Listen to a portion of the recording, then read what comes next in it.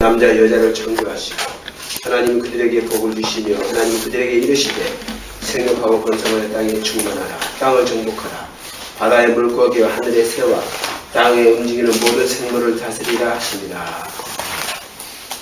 자, 우리 형상 우리가 우리 형상을 따라 우리 모양대로 사람을 만들고 그 바다의 고기와 물고기와 공기의 날새와 모든 물축과 기는 그것을 다스리게 하자 했을 때 형상을 우리가 때무트라고 그러거든요. 때무트. 그 다음에 모양을 체렘이라 이렇게 말해요. 때무트. 영어로는 Let us make in our image, likeness 이렇게 나오잖아요. Image, likeness 이렇게 나오는데 사실은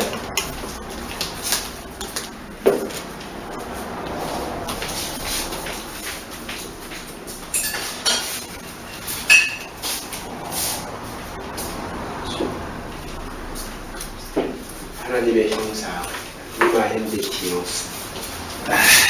스페르는 이마켄 인 세미한사 이렇게 나오죠. 세미한사 이마켄이 영어로는 likeness, image, likeness 이렇게 나오죠.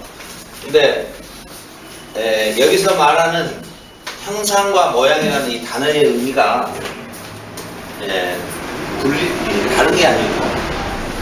다른 게 아니고 히브리 문법에 나타나는 강조 구문이거든요. 강조는 최고의 강조 구문은 3번 반복이에요.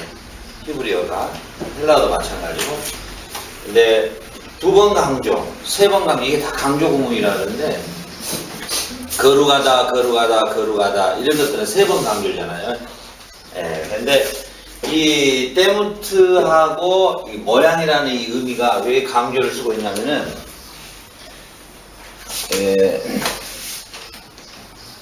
우리가 이제 생각할 때 대부분 이렇게 설명을 많이 하잖아요. 이렇게 이제 우리가 화장품이 있으면 화장품에 이게 샘플이잖아요. 그죠? 샘플. 그러면은 모양은 같지만 양의 질량의 일부분을 이렇게 샘플로 만드는 작업이잖아요. 우리가 화장품도 샘플 주잖아요. 이런 개념이 아니고요. 이게 공유라는 단어가 있고요. 여러분들이 잘 알죠? 비공유라는 단어가 있죠. 우리 성선사님 혹시 공유와 비공유라는 차이가 뭘까요? 공유는 같이 서로 나누는 거고 서로 나누는 거고 비공유는 그렇게 하지 않는 나누지 않는다. 이게 뭐냐면요. 이 때무트와 그리고 이 체렘이라고 하는 의미가 뭐냐면은 이 공유적, 비공유적 이런 의미예요. 그러니까 무슨 말이냐면 하나님이 우리를 만들 때 하나님의 형상과 모양이라 이렇게 한글로 이렇게 되어 있죠. 근데 엄밀히 따지면은 하나님의 공유와 하나님과 인간의 공유와 비공유적 창조물이다 이런 의미거든요. 그러면은 공유는 뭐냐면은 하나님과 우리 인간의 함께 공유하는 것이 있고, 비공유는 하나님과 인간 간의 관계에서 절대로 합해질 수 없는 것이 있다 그 말이죠. 비공유가 뭐냐면 하나님의 창조입니다. 이 창조의 이 부분은 하나님과 공유할 수 없어요. 우리가. 그렇죠? 하나님의 본래 창조된 물질을 가지고 의자도 만들고 뭐 책상도 만들고 이것은 가능하지만 하나님처럼 빠라의 엘로힘. 그래서 제가 이제 첫 시간에 이야기했죠. 빠라 엘로힘. 빠라 엘로힘. 이 동사는 누구만 쓴다고요? 하나님만 쓴다 했죠. 이 동사, 4가지 동사 가운데 빠라는 무에서 유를 창조하는 동사라는 거죠. 그래서 이 동사는 고유 동사로서 하나님께서만이 사용하는데 이게 바로 뭐냐면은 하나님이 우리 인간을 창조하시고 자기의 형상대로 자기의 모양대로 창조하셨지만 비공유, 함께 인간과 함께 공유될 수 없는 게 하나가 뭐냐면은 이 생명 창조입니다. 생명 창조. 그렇기 때문에 지금 뭐 유전공학, 생명공학 여러 가지 학문들이 발달돼 가지고 흉내는 내는데 본질적인 생명 창조는 안 되잖아요. 예. 그래서 우리가 뭐 그 엄청난 대기업들이 뭐 별의별 물건들을 다 만들어내도 뭐 우리가 땅에 떨어져 굴러다니는 뭐 이파리 하나도 못 만드는 게 인간이죠. 순간적으로 전라도 말이 나오네. 순천 말이. 우리는 굴러다닌다는데 우리 전라도 말은 궁굴어 다닌다 그러거든.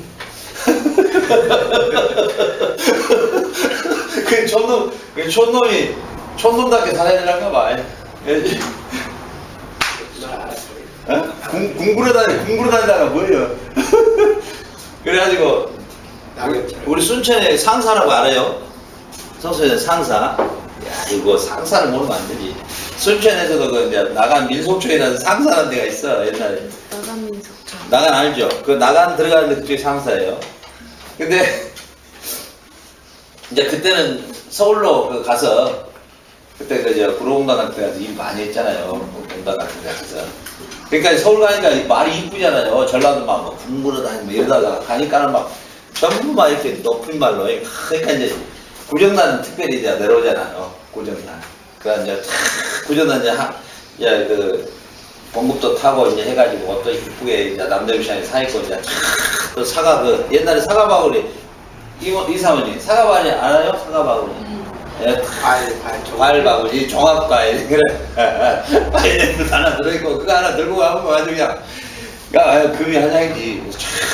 서울에서 이제 왔어. 옷도 예쁘게 입고 이제 그 자기 친구가 이제 그 겨울에서 빨래를 이렇게 빨고 있거든. 오, 너 빨래 서울말 해야 되잖아. 오, 너 빨래 뽀니?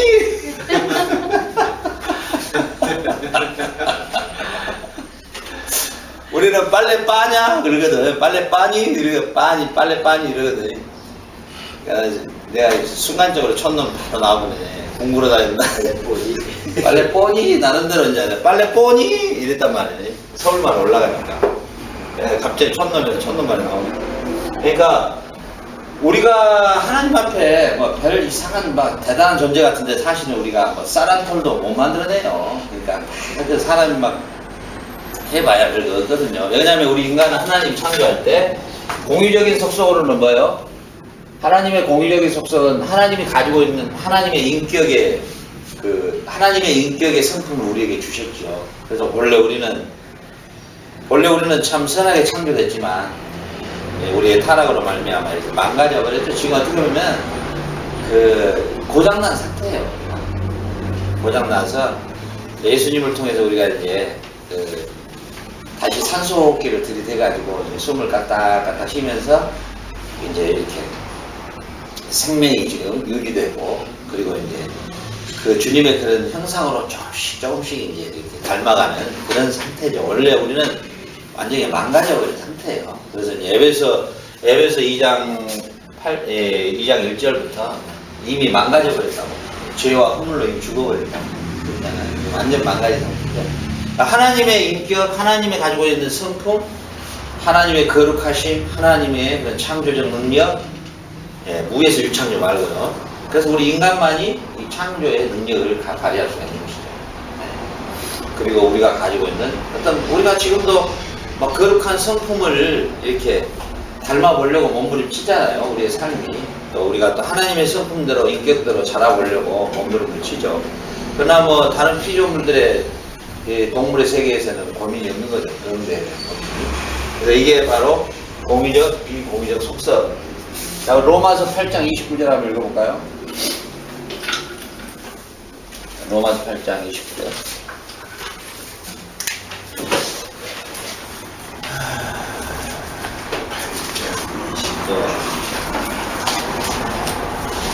하나님이 미리 하신 자들을 또한 그 아들의 형상을 본받기 위하여 미리 정하셨으니 그는 그로 많은 형제 중에서 받아들이를 회개 하려 하십니다.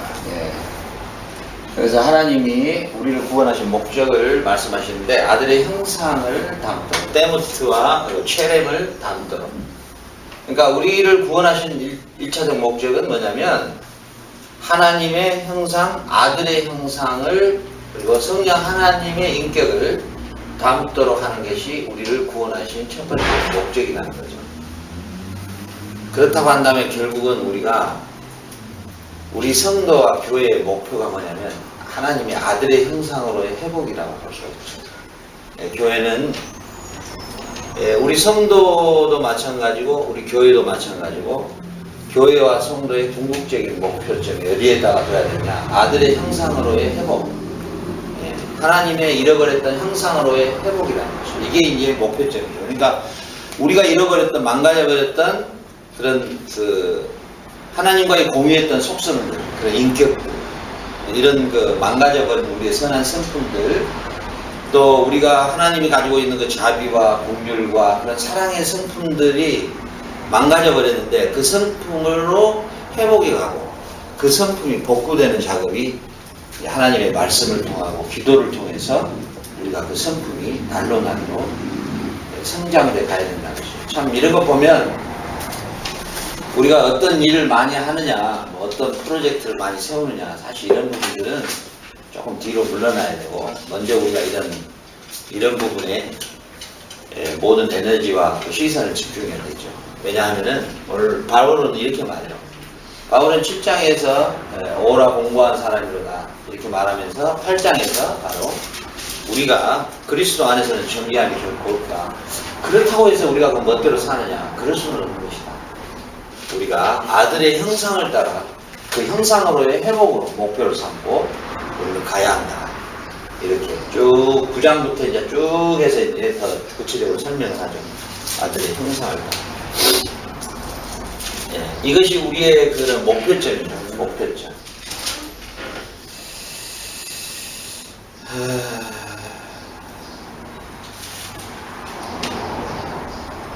모르겠어요. 이렇게 이제 별로 저는 사람들 별로 만나지 않는 게 잘 모르겠는데 하여튼 이렇게 어떻게 많은 그런 학교도 하고 병원도 하고 이런 분들 가끔 만나죠. 우리 파라과이에서 일 열심히 하신 분 있잖아요. 학교도 하고 병원도 하고 하여튼 일을 엄청 열심히 해요. 정말 하나님의 영광을 하겠다고 열심히 하는데 파라과이가 일을 못하니까 야이 그냥 그러더라고. 그러니까 순간에 그냥 확 다운되더라고. 물론 저도 그런 성향이 있지만은 그분을 내가 비판하는 게 아니고 내 자신도 참 그렇구나. 파라과이에 이런 학교 병원 선교 이런 거 참 중요하죠. 중요한데 그보다 더 중요한 게 참 저분들을 오히려 더 인격적으로 그분들을 사랑하고 그분들에게 인격적으로 그들을 더 섬기는 게 참 더 아름다운 것이구나 깨닫게 되는데 우리의 결국이 뭐냐면 바로 하나님의 아들의 형상으로 복구되는 작업이다. 자, 고린도전서 15장 48절 49절 한번 동서연사 한번 읽어봐요. 고린도전서 15장 48절 49절 무릇 흙에 속한 자들은 저 흙에 속한 자와 같고 무릇 하늘에 속한 자들은 저 하늘에 속한 이와 같으니 우리가 흙에 속한 자의 형상을 입은 것 같이 또한 하늘에 속한 이의 형상을 입으리라. 자 그래서 이제 어제 저녁에 제가 우리가 채플 시간에 이야기를 드렸잖아요. 우리는 이 세상에 살면서도 하나님 나라에 속해 살고 있다. 그래서 여기서 말하는 이제 흙에 속한 자가 뭐냐? 바로 이제 우리가 고린도전서 15장은 어때요? 이제 주님의 그 부활 사건에 대해서 쭉 설명을 하죠, 바울이. 그러면서 우리가 부활의 생명이 뭐냐? 부활의 신앙이란 게 뭐냐? 이걸 또 설명을 자세히 하죠. 부활의 신앙이 뭐냐? 이 땅에 살고 있지만 하늘에 속한 자로 사는 것이다. 하늘에 속한 자. 이 흙에 속한 자, 육신에 속한 자가 아니라 이 세상의 문화와 이 세상의 체계 속에서 산 게 아니라 하늘에 속한 자예요. 그게 바로 부활의 생명이요. 그게 부활의 신앙이라는 거죠. 하늘에 속한 자. 그러니까 우리가 이 세상에 살면서 이 생각하는 사고 자체가 하늘에 속한 자의 사고를 가져야지 땅에 속한 사람들의 사고방식을 가지면 할 수 있는 일도 없고 해서도 안 되는 것이죠. 그렇죠. 우리가 하늘에 속한 자는 하늘에 속한 자의 삶의 사고 체계를 가져야 된다. 예, 우리가 광야를 들어갈 때 모세가 광야를 들어갈 때 만약에 땅에 속한 자의 생각을 했다면 한 발짝도 못 움직이죠. 특히나 이 광야에서 난 아기가 몇 명이겠어요? 손 선생님 몇 명일까요? 광야에서 난 아기들이, 그 광야에서 출산한 아기들 모르겠어요. 네. 우리 뚱이가 아기를 4명 낳았는데 참 넷이 나가지고도 사모님이 가서 박스 깔아줘야지. 또 우리 이사모님은 또 아기 낳았다고 또 미역국 끓이고 있고 참. 하여튼 동원이 추운 동원이 되더만 보니까 아주 미역국 끓이지. 또 사모님과 술 또 먹여야지. 저도 또 막 계속 보면서 이게 또 뭔 일이 없는가 봐야지. 또 인터넷 들어가가지고 어제 출산한 이 개의 보호식 방법 이렇게 해가지고 또 찌니까 나오더만. 그래 또 숨을 막 헐떡거려요. 개가 왜 숨을 헐떡거리나요? 또 찌니까 나와. 왜 그냥 뭐 이렇게 쭉 설명이 나오더라. 우리가 그 개가 새끼를 몇 마리 낳아도 이렇게 신경 쓰이는데 그 광야에서 얼마나 많은 아이들이 태어납니까? 애들이. 근데 모세가 만약에 땅에 속한 자로서의 생각을 가졌다면 어떻게 그런 무모한 짓을 할 수가 있겠어요? 참 무모한 짓이죠. 어떻게 보면. 그 많은 숫자를 끌고 딱 광야길을 첫 발을 딱 들었을 때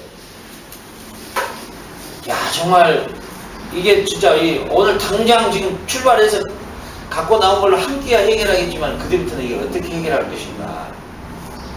물 조달은 어떻게 할 것인가. 또 이게 밥 문제는 또 어떻게 할 것인가. 애기가 출산했을 때 이 부분을 어떻게 할 것인가. 이제 잠은 또 어떻게 할 것인가. 이게 지금 이 광야에서 어떻게 우리가 잠을 잘 수 있겠는가. 만약에 이제 이런 생각에 만약에 모세가 잡혔다면 어떻게 그 일을 할 수가 있겠어요.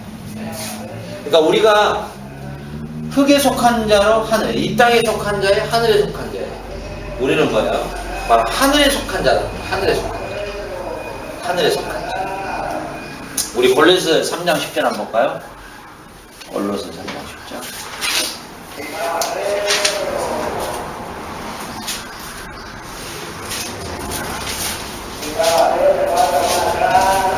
사람을 입었으니 이는 자기를 준비하시니 형상을 따라 지식에까지 새롭게 하심을 입으니라.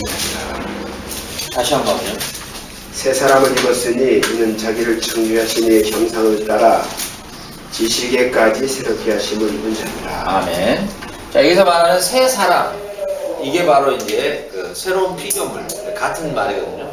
새 사람. 우리가 새 사람을 입었다는 거죠. 어떤 새 사람을 입었느냐? 이 세상을 창조하신 창조의 하나님의 형상을 이제 입었다는 겁니다. 진짜 할렐루야예요. 난 이 말씀에 내가 소름이 끼치더라고.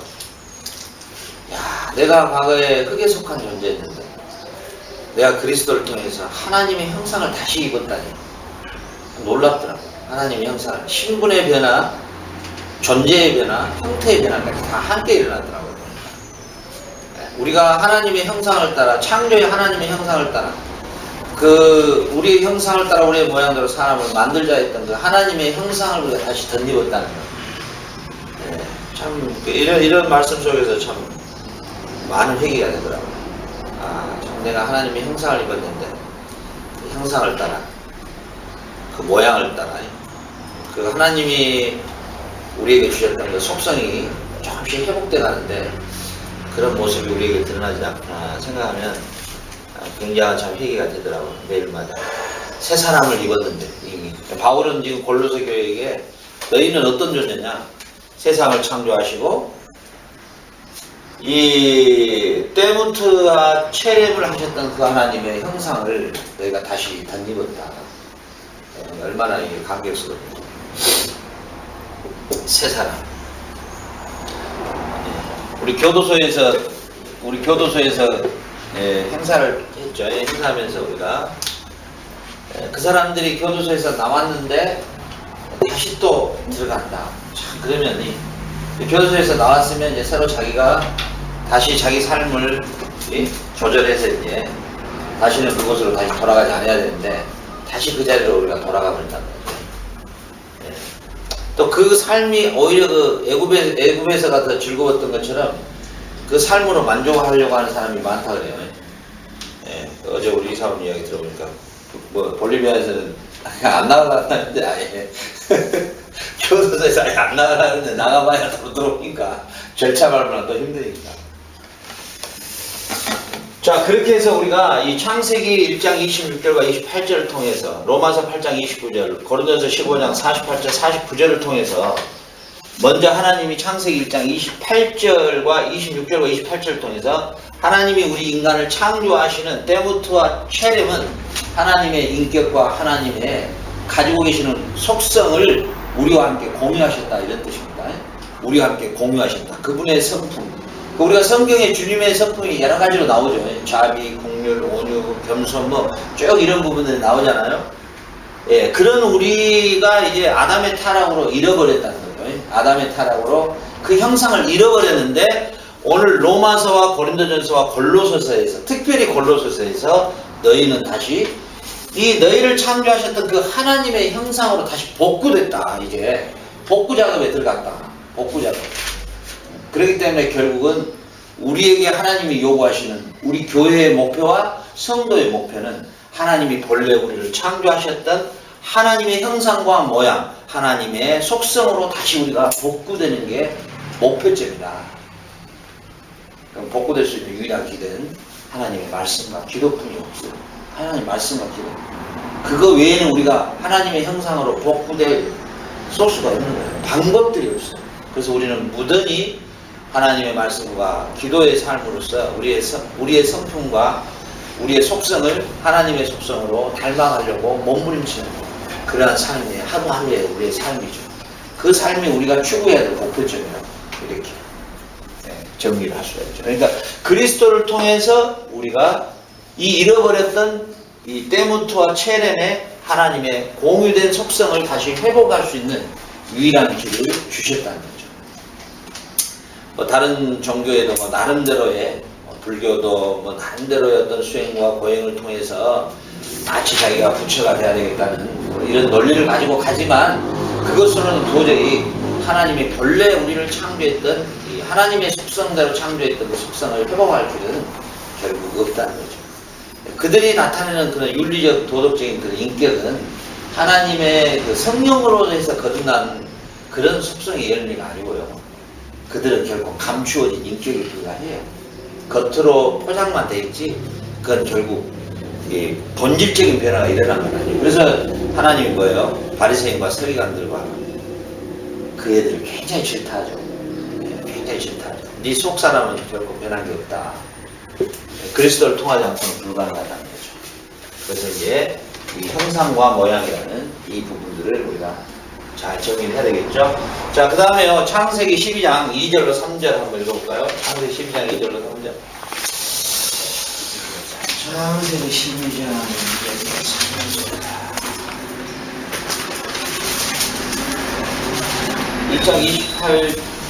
1장 28절 읽어보세요. 창세기 1장 28절. 네. 한번 읽어보세요.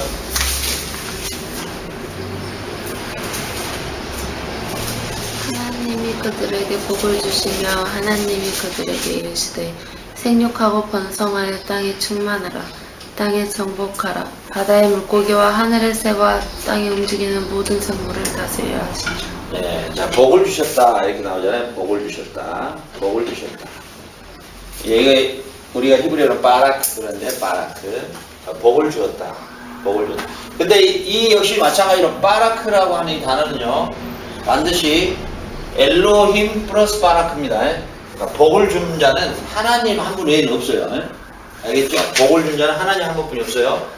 그래서 하나님께서 사람에게 복을 주었다 이렇게 말하자면 복을 주었다. 근데 그 복이 뭔가 우리 창세기 2장 3절 한번 볼까요? 같이 묶어서 해보죠. 창세기 2장 3절 한번 읽어볼래요?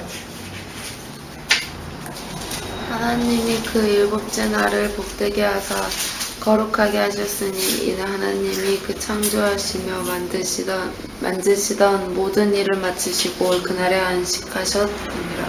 예, 그렇습니다. 자, 이제 이 부분이 굉장히 좀 중요한 부분인데요.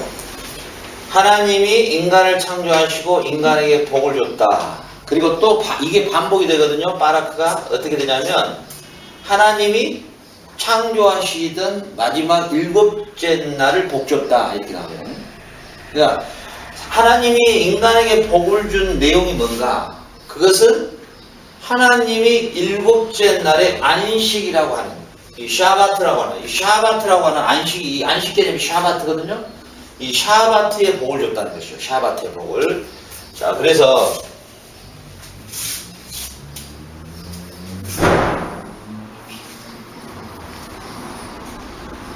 자,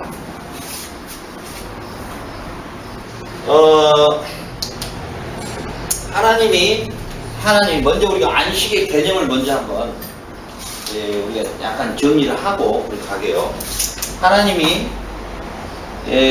창조하셨는데 이 창조의 목표점을 어디다 두었는가 이렇게 쭉 보면요. 창세기 창조의 목표점은 뭐냐면은 첫 번째는 이 사람 창조에다가 목표점을 뒀어요. 사람 창조에다가. 두 번째는 어디에다 창조의 목적을 딱 뒀냐면은 안식일에다 뒀다는 거죠. 안식의 목표점을 뒀다는 것이죠. 그래서 우리가 이제 더 살펴보면 알겠지만은 하나님이 안식하셨다 이 개념. 안식하셨다 이 개념. 우리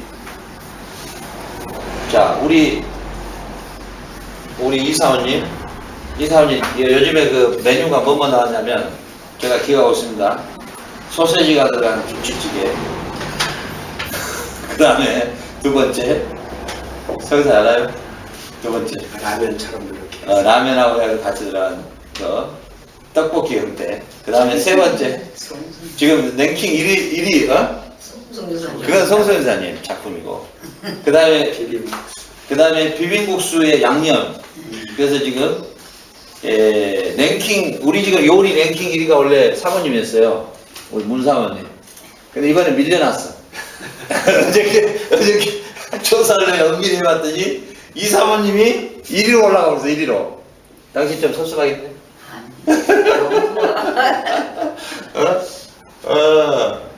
이야, 그래.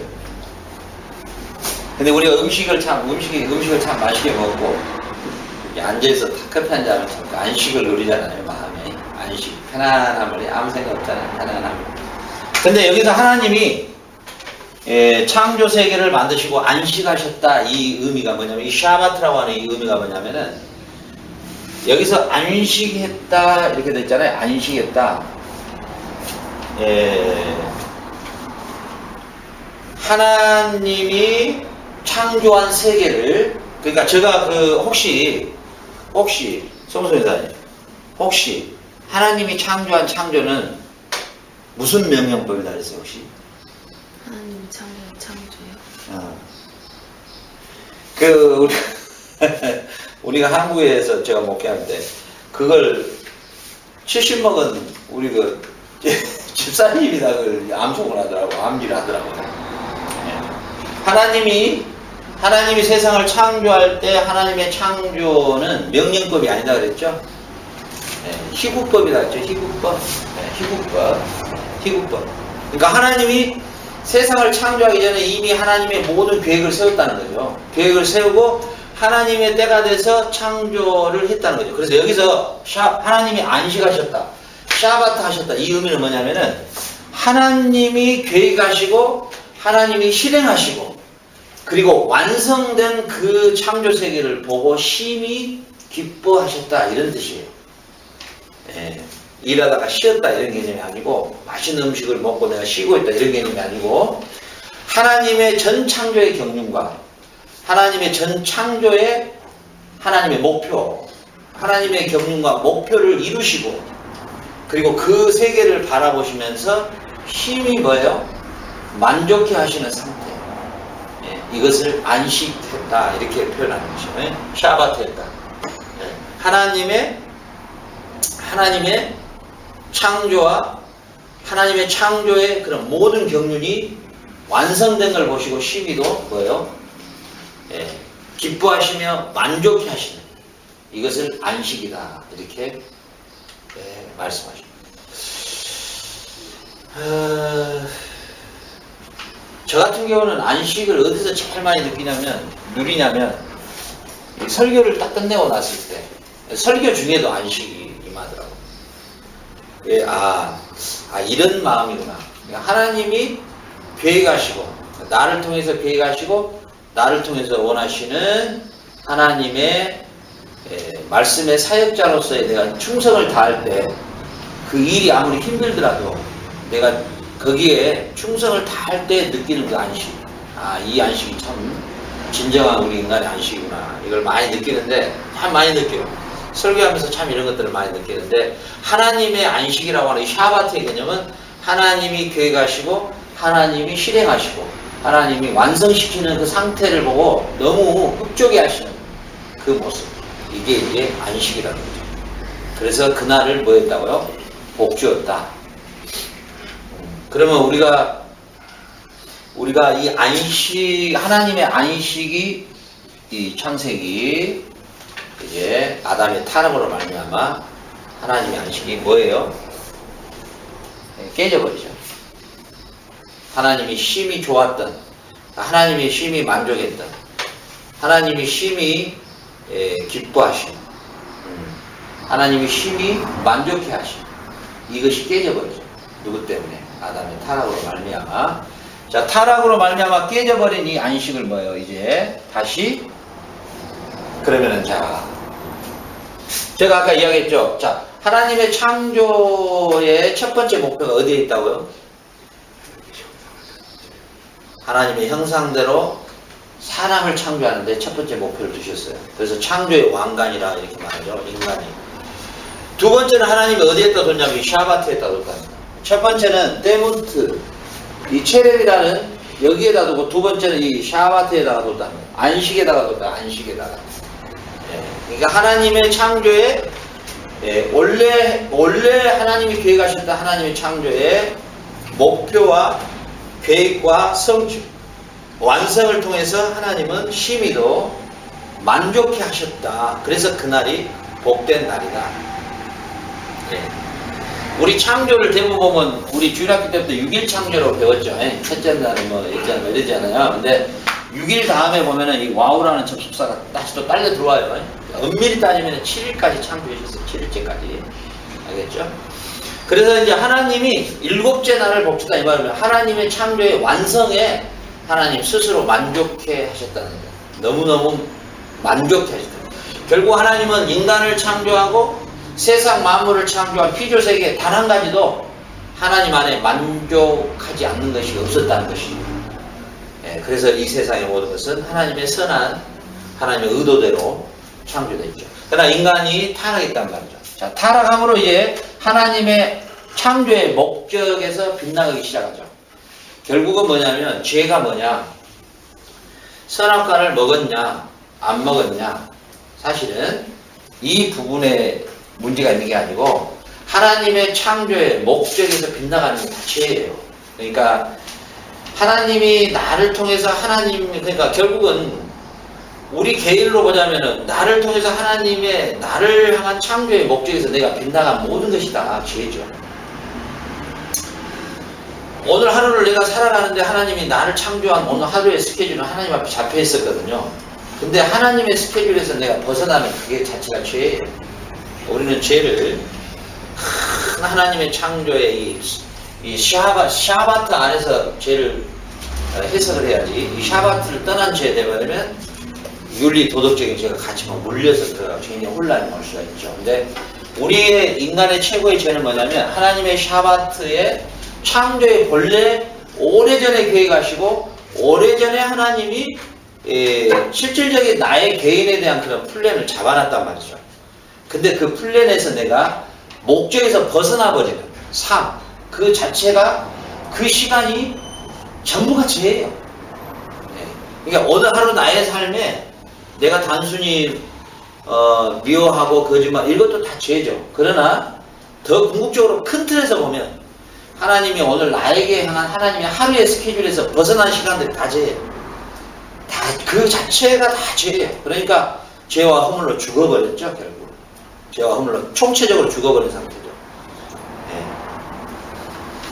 그래서 아담이 실질적으로 하나님의 안식을 깨잖아요. 자, 안식을 깹니다. 자, 하나님의 원래 창조의 목적을 깨죠. 그러면 하나님은 인간이 깼다고 해서 그걸 멈추시느냐? 그렇지 않다는 거죠. 하나님은 이제 드디어 이것을 출발시키는 거죠. 다시 이 하나님의 완전한 목표인 이 안식을 성취하기 위한 하나님의 계획은, 하나님의 이제 일은 다시 실행되는 거죠. 그럼 결국은 주님의 재림의 총체적 목표는 무엇을 이루심이 목표일까요? 총체적 목표예요. 하나님의 창조에서 하나님이 복을 주신 사람과 안식에 대한 회복이에요. 이해가 가죠? 하나님의 형상대로 우리가 지금 점진적 발전을 해 나가지만 완성은 언제 일어났냐? 예수님의 재림 때 하나님의 형상으로 완전히 변하고, 두 번째는 완전한 뭐가 일어날까요? 안식이 완전히 성취되는 것이 주님의 재림에 일어날 두 가지의 큰 틀이죠. 그래서 하나님의 창조의 목표가 어디에 있었냐면 때무트와 체렘과 샤바티에가 있었다는 거예요. 이게 지금 창세기 1장에서 강조해주고 있는 것이에요. 이게. 그러니까 창세기는 누가 썼어요? 모세가 썼잖아요. 자, 모세는 지금 출애굽하고 난 그의 백성들에게 뭔 말을 하고 싶냐면 1차적 수신자는 출애굽한 백성들에게 주시는 1차적 수신이에요. 그들이 일단 이 편지를 봐야 돼요. 그들에게 뭘 말하고 있냐면 너희들, 자, 애굽에서 구원한 하나님이 누구냐? 그 하나님은 너희들을 하나님의 형상대로 지음받은 너희 존재다. 그러니까 이스라엘의 정체성을 말해요. 너는 누구냐? 너희들은 누구냐면 하나님의 형상과 하나님의 모양대로 지음을 받은 존재다. 그리고 너희들은 뭐냐? 하나님이 너희들에게 복을 준 존재다. 어떤 복을 줬냐? 너희들은 뭐야? 이 샤바트라고 하는 안식의 복을 받았던 너희들이다. 그러나 너희들이 뭐냐? 그걸 잃어버렸다. 그렇기 때문에 너희들은 애굽에서의 종살이에서 지금 하나님이 끄집어냈는데 바로 너희들은 잃어버린 그 안식을 주실 하나님에 대해서 너희들은 명심해야 할 것이다. 하고 이제 모세가 이 창세기에서 강조하고 있는 부분이죠. 자, 그러면은 이 안식. 자, 그러면 이제 구약에 우리가 10계명에 혹시 안식일을 기억하여 거룩히 지키라. 몇 계명이죠? 안식일을 기억하여 거룩히 지키라. 예? 4계명. 소수자 몇 계명이에요? 안식일을 기억하여 거룩히 지켜라. 내 종이나 여종이나 내 남종이나 아무 일도 시키지 말고 우고하는 짐승까지도 절대 일시키지 마라. 어디? 모르겠어요? 몇 개?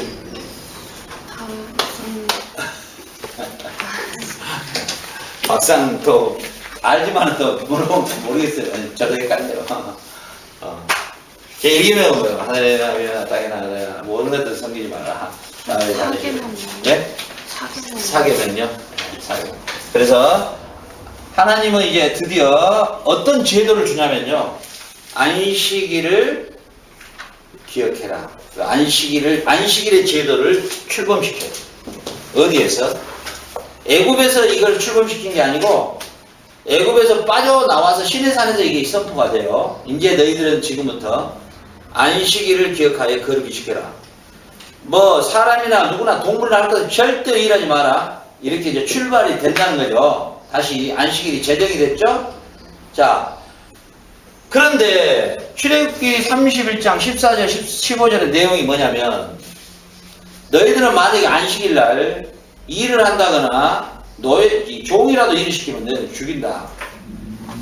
사형에 처한다. 자, 안식일을 거역한 자를 죽여라 그러잖아요. 안식일을 그렇게 지키지 않는 자는 죽여라 그래요. 이게 출애굽기 31장에 나오죠. 자, 그러면 제가 물어볼게요. 도대체 안식일이 뭐간데? 안식일을 지키지 않으면은 죽여라 그런단 말이야. 죽여라. 자, 이렇게까지 심각할까요? 자, 이게 왜 안식일을 지키지 않는 자는 죽여라 그럴까? 왜 그럴까요? 고소여사님, 왜 그럴까? 왜 이렇게 살벌할까? 살벌하죠. 왜? 출애굽기 30장에 직접 말해요. 안식일 안 지키면 죽여라. 돌에 쳐 죽여라. 왜 그럴까? 우리 송소회사는 왜 그럴까? 왜 안식일을 지키지 않으면 죽이라고 했을까? 하나님과 약속했는데 하나님과 약속했는데. 지키지 자, 그러면은 구약 때에 하나님이 안식일을 제정한 그 목적이 뭘까요? 왜 하나님은 안식일을 지키라고 했을까요? 7일째 뭐 해라고 했을까요? 그러면 안식일날 뭐 했을까요? 이스라엘 백성들은 뭐 했을까요? 안식일날? 안식일날 행사를 어떻게 치렀을까요? 뭐 했을까요? 가만히 일 안 하고 일 안 시키고 그냥 하늘에 그냥 때레리 빨고 그냥 하나님이 하나님 되심을 예. 말씀 여기서 듣고 자기네가 어떻게 구원받는 존재인가 이렇게 다시 한번 기억하고 이야기하고 예, 아주 중요합니다. 첫 번째는 구약의 안식일을 지키는 첫 번째 목적은 어디에 있었냐면요. 제가 이거 성경을 다 찾아주면 좋겠는데 여러분들 다 아시는 거니까. 첫 번째는 뭐냐면 하나님의 창조에 대하여 뭐요? 이스라엘 온 백성들이 우리를 애굽에서 구원하신 그분은 세상 만물을 창조하신 하나님을 하나님의 창조의 역사를 뭐요? 찬양하고 경배하고 높여드리는 것이 바로 안식일의 첫 번째 행하는 목적이었죠. 두 번째, 혹시 문자가 발전되기 전에는 무엇으로 내려온다 했죠? 전승이 된다 했죠? 구전이죠. 정확하게 제사장들이나 이 서기관들이나 이런 사람들은 정확하게 이 창조에 대한 내용만큼은 정확하게 설명을 해야 된다는 거죠. 창조. 하나님이 우리를 어떻게 창조하셨고, 그리고 우리가 타락함으로 말미암아 하나님의 창조의 목표였던 안식을 잃어버린 존재다. 그래서 두 번째 안식일을 통해서 무엇을 그들은 기다려야 되냐면 안식을 줄 자.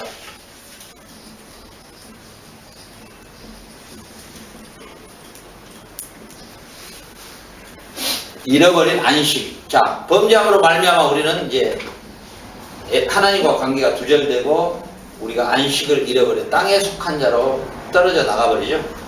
그러므로 안식일날 뭐냐면은 이 하나님의 백성들은 창조의 하나님을 기리고 두 번째는 우리에게 안식을 줄 메시아를 간절히 기다리는 게 이들의 안식일을 지키는 그들의 뭐예요?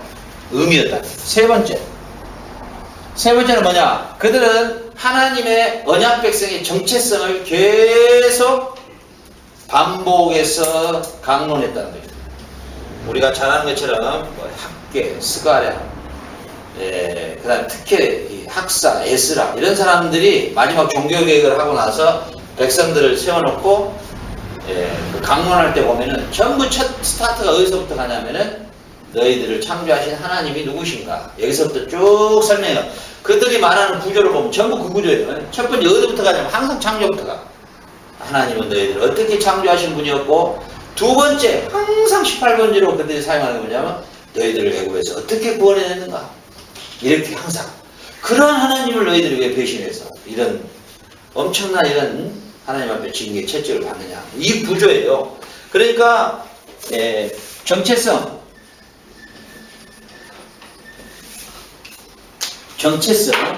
무슨 말이냐면 너희들은 누구이냐.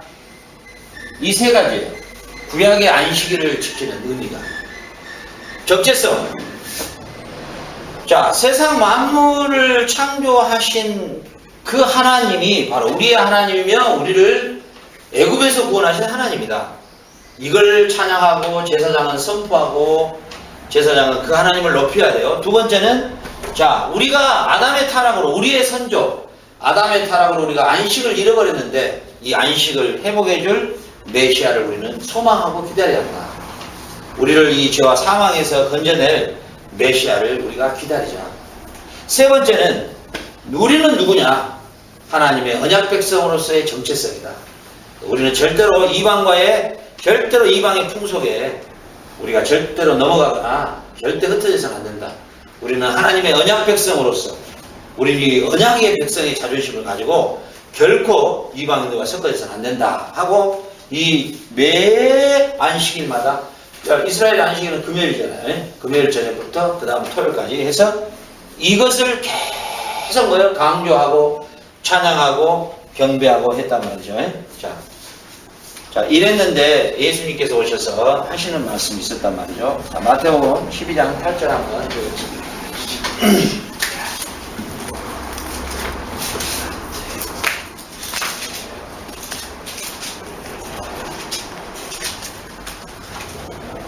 마태복음 12장. 자는 안식일의 주인이라 하시라. 예, 여러분들 마태복음 12장 전체를 다 읽어보면 참 좋은데 여러분 시간 나면 한번 이 큰 틀에서 마태복음 12장을 읽어보면 참 너무 감사해요. 감사한 정도가 아니라 예수님이 왜 이 말을 하셨는가? 내가 안식일의 주인이다 이렇게 말씀하셨어요. 예수님이 제자들과 함께 안식일날 병자를 고치러 다니고 제자들과 함께 막 밀을 까먹고 다니고 그러니까 제사장들이나 서기관들이 바리새인들이 그래요.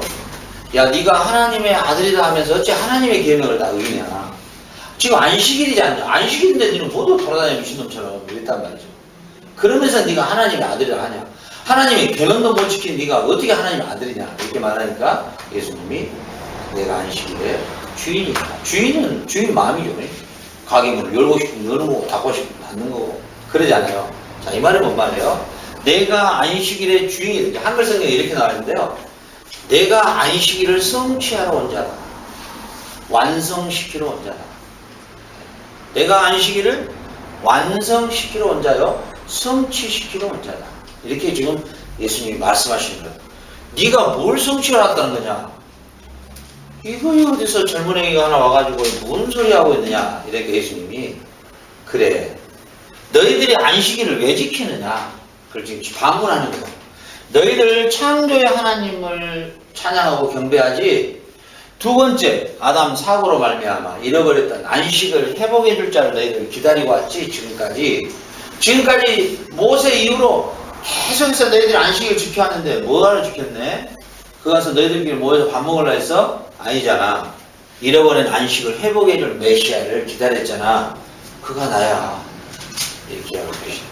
그가 나야. 내가 그걸 성취하러 왔어. 그걸 내가 완성시키러 왔어. 이렇게 말씀하시는 거죠. 예수님께서. 내가 그걸 완성시키러 왔다니까? 내가?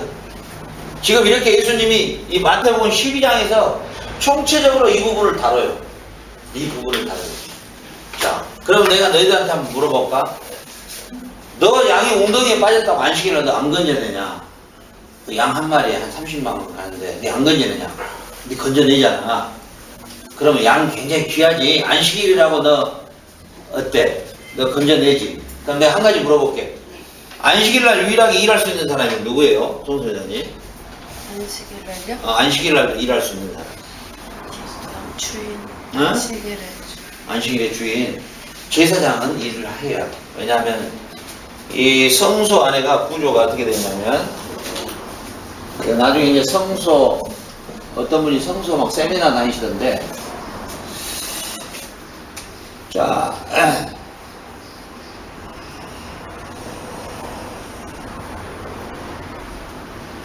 여기 보면은 여기가 이렇게 짐승 잡아오면 이제 죄를 고백하면서 여기서 짐승을 잡는 이제 번제단이 있고요. 여기가 매일마다 제사장들이 손을 씻어야 하는 물두멍이 있고요. 그 다음에 여기서 이렇게 지성소 안으로 이렇게 들어가면요. 여기가 이제 법궤가 있죠. 이렇게 법궤. 그리고 여기가 이제 아론의 지팡이가 있고, 십계명이 들어있고, 만나가 항아리가 들어있고, 그 다음에 여기 앞에가 촛대가, 이렇게 촛대가 있단 말이에요. 이렇게.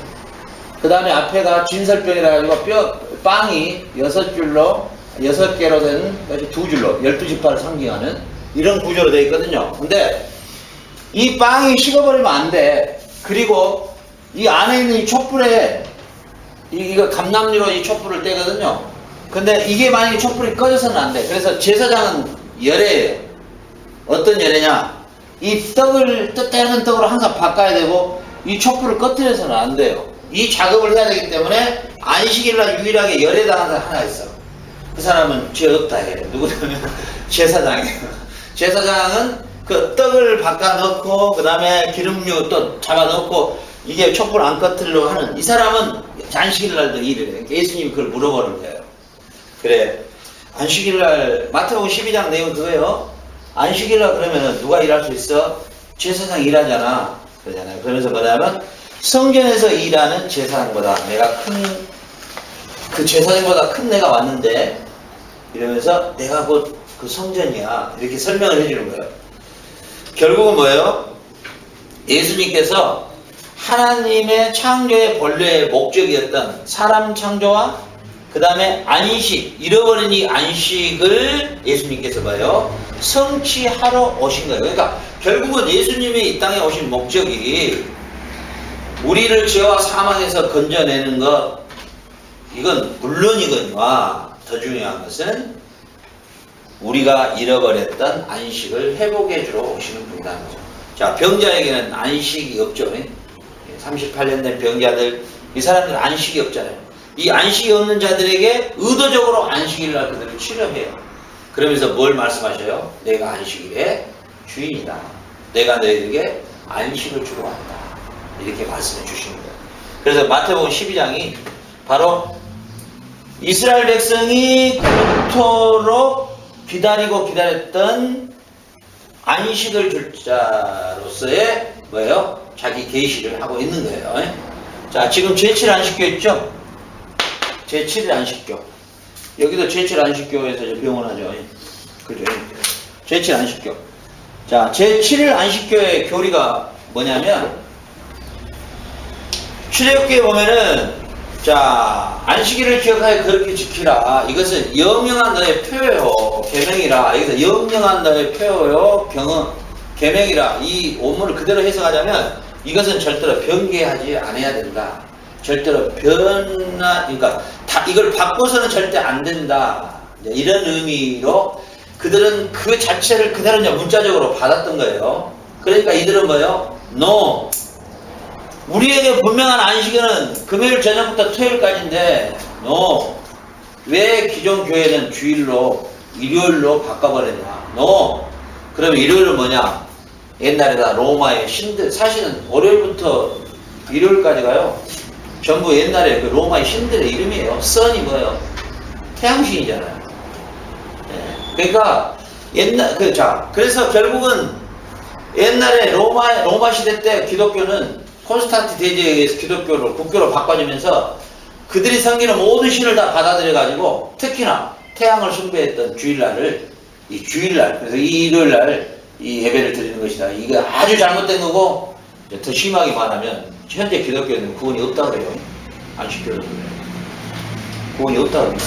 우리 구원 없어요. 왜냐하면 너희들은 계명을 어겼기 때문에, 영원한 계명을 어겼기 때문에 구원이 없다 그래요. 그런데 그게 뭐예요? 그게 문자적으로 받아버리니까 그런 큰 실수를 하게 되는 거죠. 결국은 뭐예요? 예수님은 안식을 성취하러 오신 분이기 때문에, 그러죠? 예수님이 금요일날 십자가에 달리시죠? 결국은 뭐예요? 그리고 주일날 새벽에 부활하시잖아요. 결국은 뭐예요? 잃어버렸던 안식을 완전히 성취하고 회복한 날이 주일 새벽이에요. 그러면 당연히 뭐예요? 안식일의 주인이, 아니 생일 언제예요? 그러고 7월 30일은 7월 30일인지 알아야지. 제가 생각에는 7월 28일인 것 같은데 그러면 안 되죠. 이미 뭐예요? 안식을 주님이 성취하신 날을 우리는 안식일이라 이렇게 지금은 고백이 돼야 된다는 거죠.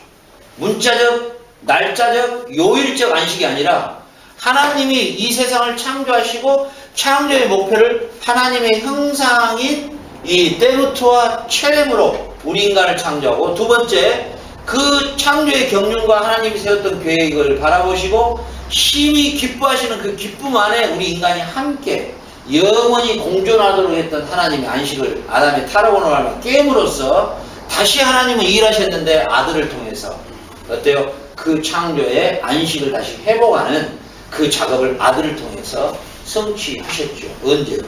바로 깨져버렸던 안식을 회복하는 주일날 주님이 우리 인간에게 어찌됐든 간에 잘 먹고 잘 살고 모든 걸 다 해도 안식이 없는 이유가 뭐냐면 사망의 문제가 해결 안 되면 안식이 없어요. 그죠? 사망의 문제가 해결돼야 되죠. 자, 죽음이 있는데 무슨 안식이 있어요? 그러니까 무식한 사람도 물어보면 대충 또 이해는 하더라고요. 당신 그렇게 즐기고 눌리고 해봐야 결국 죽는데 어떻게 생각해요? 그러면 아니 죽어보면 그만이지 뭐 복잡하지 않아요. 근데 죽어보면 그만이요. 그러면 참 다행이지. 미친놈. 그런데 죽어보면 그만이 아니고 사람이 한 번 죽은 것은 정한 것이요. 그 후에는 반드시 심판이 있다. 그 사람한테 뺨 한 대 맞더라도 그 말을 분명히 해줘야 돼. 그래요? 죽어보면 그만이요. 근데 만약에 성경에는 반드시 죽은 것은 그래 당신만도 죽어보면 그만인데 그 후에 심판인데 어떻게 할래요?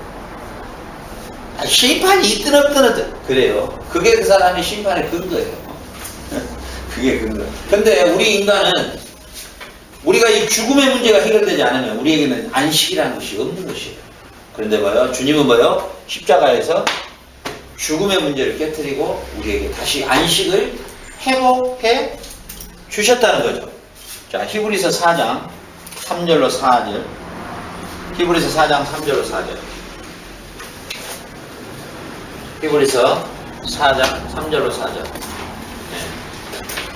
이미 믿는 우리들은 저 안식에 들어가는도다. 그가 말씀하신 바와 같으니 내가 노하여 맹세한 바와 같이 그들이 내 안식에 들어오지 못하리라 하셨다 하였으나 세상을 창조할 때부터 그 일이 이루어졌느니라. 제7일에 관하여는 어딘가 이렇게 일렀으되 하나님은 제7일에 그의 모든 일을 쉬셨다 하셨으며.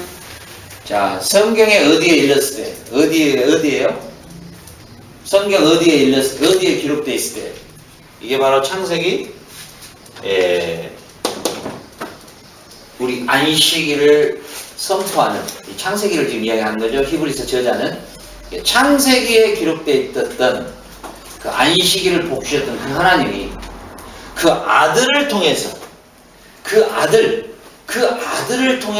아들 그리스도를 통해서 그 안식을 성취했을 뿐만이 아니라 그 아들을 믿는 너희는 이미 이 안식에 들어가 버렸다. 이미 너희는 너희들이 그리스도를 구주로 영접함으로 이미 너희는 그 안식에 참여해버렸다. 안식에 이미 들어가 버렸다. 이렇게 히브리서 저자는 말하고 있는 것이죠. 이미 너희는 안식에 들어가 버린 존재다. 안식에 들어가 버린. 자, 그러면은 우리의 삶에 안식에 들어가 버렸다. 이 말이 뭐냐면 죄와 사망의 문제를 이미 너희는 그리스도를 통해서 해결을 받아버렸다. 자, 히브리서의 대주제가 뭐냐면요. 히브리서의 대주제는 딱 하나입니다. 히브리서의 대주제. 이걸 말하고자 히브리서가 누가 썼을까? 뭐 바울이 썼을까? 누가 썼을까? 고민들을 많이 하는데 저 개인적으로는 그냥 바울이 썼겠다 이렇게 봐요. 아직 저자는 안 나타나지만. 왜냐하면 이 편지 형식이 다 바울이 썼던 내용이더라고요. 근데 뭐냐면 그게 누가 썼냐가 중요한 게 아니고 히브리서의 최고 주제가 뭐냐면 대제사장이신 예수 그리스도예요. 대제사장이신 예수 그리스도. 이것이 계속 대제사장이신 예수 그리스도. 왜 이게 계속 물려 들어가냐면요. 이 사장도 지금 그걸 설명하고 있거든요. 자, 옛날에 너희들이 아담의 범죄로 말미암아 하나님과 관계에서 유일하게 하나님을 대면했던 자가 1년에 한 번 대면했던 자 누구냐? 대제사장이었지 않냐. 그 대제사장은 여기를 들어갈 때 1년에 한 번 짐승의 피를 가지고 들어갔지 않느냐. 짐승의 피를. 그래가지고 짐승의 피를 가지고 들어가서 여기서 속죄함에 1년 동안의 범죄했던 것을 용서함을 받고 이스라엘의 백성들이 안식을 누렸지 않느냐. 그 말이에요. 안식을 누렸지 않느냐. 그러나 둘째 아담으로 오신 예수 그리스도는 완전한 대제사장이 되셔서 짐승의 피를 가지고 여기를 들어간 게 아니라 자기 몸의 피를 가지고 직접 하늘 지성소로 들어가 버렸다. 하나님의 보좌 앞으로 가셔버린 겁니다. 그러므로 너희는 이미 그리스도를 고백하고 그리스도를 구주로 영접했다면 너희는 이미 안식에 들어가 버렸다. 이미 안식에 참여해버렸다. 이 말은 뭐냐면 죄와 죽음의 사망의 권세에서 너희는 이미 풀려남을 당했을 것이고, 그리고 너희는 땅에 속해서 현재 살고 있지만 이미 하늘에 속한 자의 삶으로서의 삶은 시작되고 있는 것이다. 지금 이걸 히브리서에서는 강조해주고 있는 것이죠.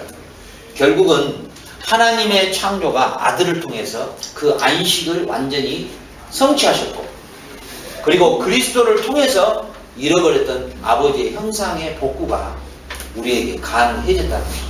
결국은 뭐예요? 이 창세기 1장, 이 창세기에 나타나는 때무트와 체렘과 그리고 이 샤바트라고 하는 하나님의 창조의 큰 목표점인 사람을 하나님의 자기 형상으로 만드는 거하고, 두 번째, 이 세상 만물을 하나님이 계획하셨던 대로 창조하심으로 이제 인간과 함께 동고동락하고 우리 인간이 하나님의 제사장이 돼서 그 하나님과 함께 사귐과 교제를 통해서 영원한 안식 속에 살아갈 우리 존재, 아담의 타락으로 말미암아 깨져버렸던 인간의 형상, 망가져버렸던 인간의 형상, 그리고 망가져버렸던 안식을 그리스도를 통해서 완전하게 회복하는 이 사건이 십자가의 사건이다. 그러니까 우리가 얘들을 가르칠 때도, 우리 자카르타 가르칠 때도 단순히 십자가는 우리 죄와 사망을 위해서 죽으신 분이다, 이 기본적인 틀에서 이제 더 넓게 이런 부분들을 설명을 해줘야 된다. 우리는 예수의 십자가의 죽으심의 의미가 하나님의 본래의 창조의 목적이었던 그 인간의 형상으로의 회복을 이루신 일이고, 두 번째는 우리의 사망을 깨뜨려 주시고 다시 완전한 안식으로의 삶으로 우리를 편입시키셨다, 이렇게 설명이 들어가야 되겠죠. 그러면 여기서 적용을 한다면 하나님의 형상으로의 복구, 그리스도의 인격으로의 복구가 우리 성도의 뭐냐면은 목표점이에요. 이게 목적, 하나님이 우리를 향한 목적은 1차적으로 나타났어요. 우리가 하나님의 인격으로의 형상으로의 회복. 그러니까 우리 고선회장 같은 경우는 우리 파라과이에서 이방인들이 인정을 해주잖아요. 이방인. 우리 고선회장이 참 부럽더라고요. 누구나 어떤 선교사를 칭찬하는 사람이 하나도 없어요. 서로 그냥 서로 도둑놈 사이입니다 그러니까 도대체 누가 진범이나 모르겠어요. 근데 그 선교사님 이야기가 나오면 다 달라요, 말이. 아유, 참 그 선교사님 좀 귀하신 분이다. 다 이방인들도 그러고 크리스찬도 그러고, 별로 뭐 고선교사님을 온 사람 뭐 저기 어디 요 밑에 동네 장사하는 사람 얘는 그 뭐 없죠. 왜 그럴까요? 그 인격이, 제가 봐도 그 인격이, 그 어려운 사람이 있으면 뭐 꼭 한 병이라도 들고 찾아가고, 또 그들에게 안부 전화를 해주고, 어떻게 사십니까? 뭐 돈 몇 푼 안 되지만 뭐 부인이 뭐 이번에 나오면 없는 살림에서 이렇게 해서 과일이라도 하나 좀 사다 드리자. 이런 게 우리가 다 그런 주님의 형상의 회복이죠. 우리 자신. 저같이 뭐 아무리 떠벌려봐야 뭐 인격이 안 드러나면 뭐 꽝이고. 자, 그러니까 결국은 뭐냐면, 결국은 하나님, 이게 모세는 지금 이걸 강조하고 있는 거예요. 너희들은 누구냐? 너희들은 때무트와 체렘의 존재다. 하나님의 인격으로 지음받은 존재고, 너희들은 누구냐? 바로 애굽에서 종살이한 안식이 없는 너희를 이끌어냈던 그 하나님인 것처럼, 그 하나님이 뭐냐? 너희에게 복을 줬는데, 어떤 복이냐? 안식일에 복을 줬다는 거죠. 안식일의 복을. 그 복은 뭐냐? 너희들이 이 영원한 안식을 준 메시아를 너희 혈통을 통해서 약속되어 있다는 거죠. 이게 복이라는 거죠. 문자적인 걸로 하는 그 의미를 하는 건 참. 예, 이건 우리는 보통 주일이 부활하신 주일 아침이기 때문에 우리가 주일을 김김수 예배 드린다. 그렇게만 단정을 해요. 네. 그러니까 제가 항상 제가 간절히 바라는 게 뭐냐면, 성경을 전체에서 부분을 볼 수 있는 눈이 열리면 그 의미와 깊이와 넓이가 측량할 수가 없죠. 그 의미와 깊이와 넓이. 그러니까 모세는 지금 철저하게도 성령의 감동으로 이 말씀을 기록하면서, 이스라엘아, 창세기의 주제가 그거예요. 이스라엘아, 너의 정체성을 깨달아라. 너희들을 애굽에서 출애굽하신 그 하나님이 어떤 하나님이냐? 그 하나님은 바로 너희들을 때무트와 체렘으로 창조하신 하나님이다. 세상에 그런 신이 어디가 있느냐? 그의 인격과 자비와 공의와 사랑, 너희들에 대한 오래 참으심에 그 인격으로 너희들은 창조된 존재이다. 그러니 너희들은 너희 정체성을 절대 잊지 말아라. 그리고 너희가 애굽에서의 안식이 있었느냐? 그들은 죄와 함께 먹고 살았지 않느냐? 흙에 속한 자의 존재였지 않느냐? 그런 너희들을 하나님이 구원해냈지 않느냐? 너희들의 가나안으로 향하는 이 여정은 괴로운 여정이 아니라 너희들을 괴롭히려고 너희들 말대로 모세인 내가 너희들 죽일 데가 없어서 광야로 데리고 나왔다 너희들 이러는데 너희들을 잃어버렸던 안식을 하나님께서 너희들을 애굽에서 끄집어내신 분이 아니냐. 그리고 너희들에게는 뭐가 있느냐? 언약이 있지 않느냐. 어떤 언약이냐? 영원한 사망에서 너희를 구원할 메시아의 언약이 있지 않느냐. 너희 혈통을 통해서 너희가 언약이 있는 자 아니냐. 에베소서에서 바울이 최고 혈압을 올리는 내용이 하나 있어요. 어떤 생각인지 알아요? 너무 화가 나니까 너희들은 도대체 이상하다. 너희들 언약이 있는 백성이 아니야. 언약이 약속이 있었던 백성이 아니냐. 그 약속이 뭘 말하냐면 지금 이걸 말하고 있거든요. 너희들은 안식을 줄 메시아의 언약이 있었지 않느냐. 너희 혈통을 통해서. 근데 너희들은 어찌하여 너희들은 그 그리스도가 바로 그 언약을 성취하러 오신 분인데 이분을 메시아로 왜 안 받느냐. 사람 미쳐버리겠다. 너희들은 언약도 있었. 자, 이방인들은 언약이 있었냐? 언제 하나님이 이스라엘 외에 누구하고 언약을 맺은 적이 있냐? 없지 않느냐. 근데 너희는 언약도 있는 백성이고 아브라함의 후손이고 그런데 너희들 어찌하여 그리스도를 어찌하여 너희들은 받지 않느냐? 왜 영접하지 않느냐? 차라리 너희들이 그럴 바에 내가 죽어보면 낫겠다. 내가 그냥 생명체에서 사라진 게 낫겠다. 그리고 너희들이 구원을 받기를 원한다. 막 너무너무 흥분해하죠. 그러면서 너희들이 복음을 안 받기 때문에 내가 이방으로 가겠다. 원가지를 잘라버리고 이방인을 접붙여버렸다. 어? 그러니 너희 복이 다른 데로 흘러가 버리지 않느냐 하고 너무너무 안타까워 고통. 근데 우리 한국도요. 저도 요즘에 그런 생각 좀 해보거든요. 한국의 지금 복음화가 사실은 이것 떼고 저것 떼고 다 떼버리면 20%도 안 된다네요. 우리나라 지금 5천만이잖아요. 5천만 거의 됐다. 근데 우리나라 지금 한 이것저것 다 떨어내버리면 막 허위로 가장해서 1000만이다 막 이렇게 말하는데 다 그 거품을 빼버리면 사실 한 20%밖에 안 된다 그래요, 우리나라가. 그럼 내가 잘할 수 있는 말이 한국말 뿐인데 내가 20% 말이 그것도 많이 잡은 거죠. 어떻게 보면 250, 1000만이 이 정도 잡은 거죠. 근데 뭐 이거 우리나라도 좀 심각하다. 뭐 파라과이에 우리가 선교사로 와 있지만 진짜 한국에 참 이게 복음을 많이 전해야 되겠구나. 이런 생각이 많이 들더라고요. 예. 왜? 참 우리나라 같이 교회도 많고 목회자도 많고 1년에 우리 뭐 총신, 장신, 뭐 합신, 뭐 개헌, 뭐 고신, 고려 뭐 다 해가지고 1년에 배출되는 목회자가 1년에 목사로 안수를 받고 배출되는 목회자가 한 2000명이 넘는다네요.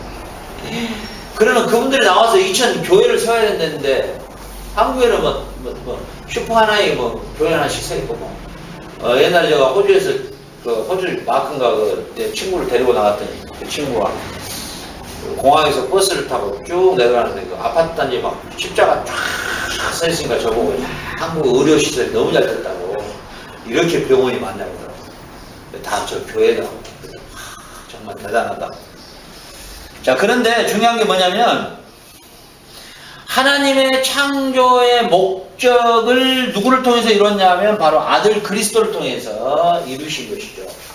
그리고 이게 뭐예요? 완성이 언제 일어나느냐? 바로 주님의 재림 때 일어난다. 그러니까 우리가 이제 우리가 죽어서 영혼이 따라서 주님 앞에 딱 가니까 주님이 하시는 말씀이 자, 흰 두루마리를 내주면서 네가 내 안식에 지금부터 들어가라.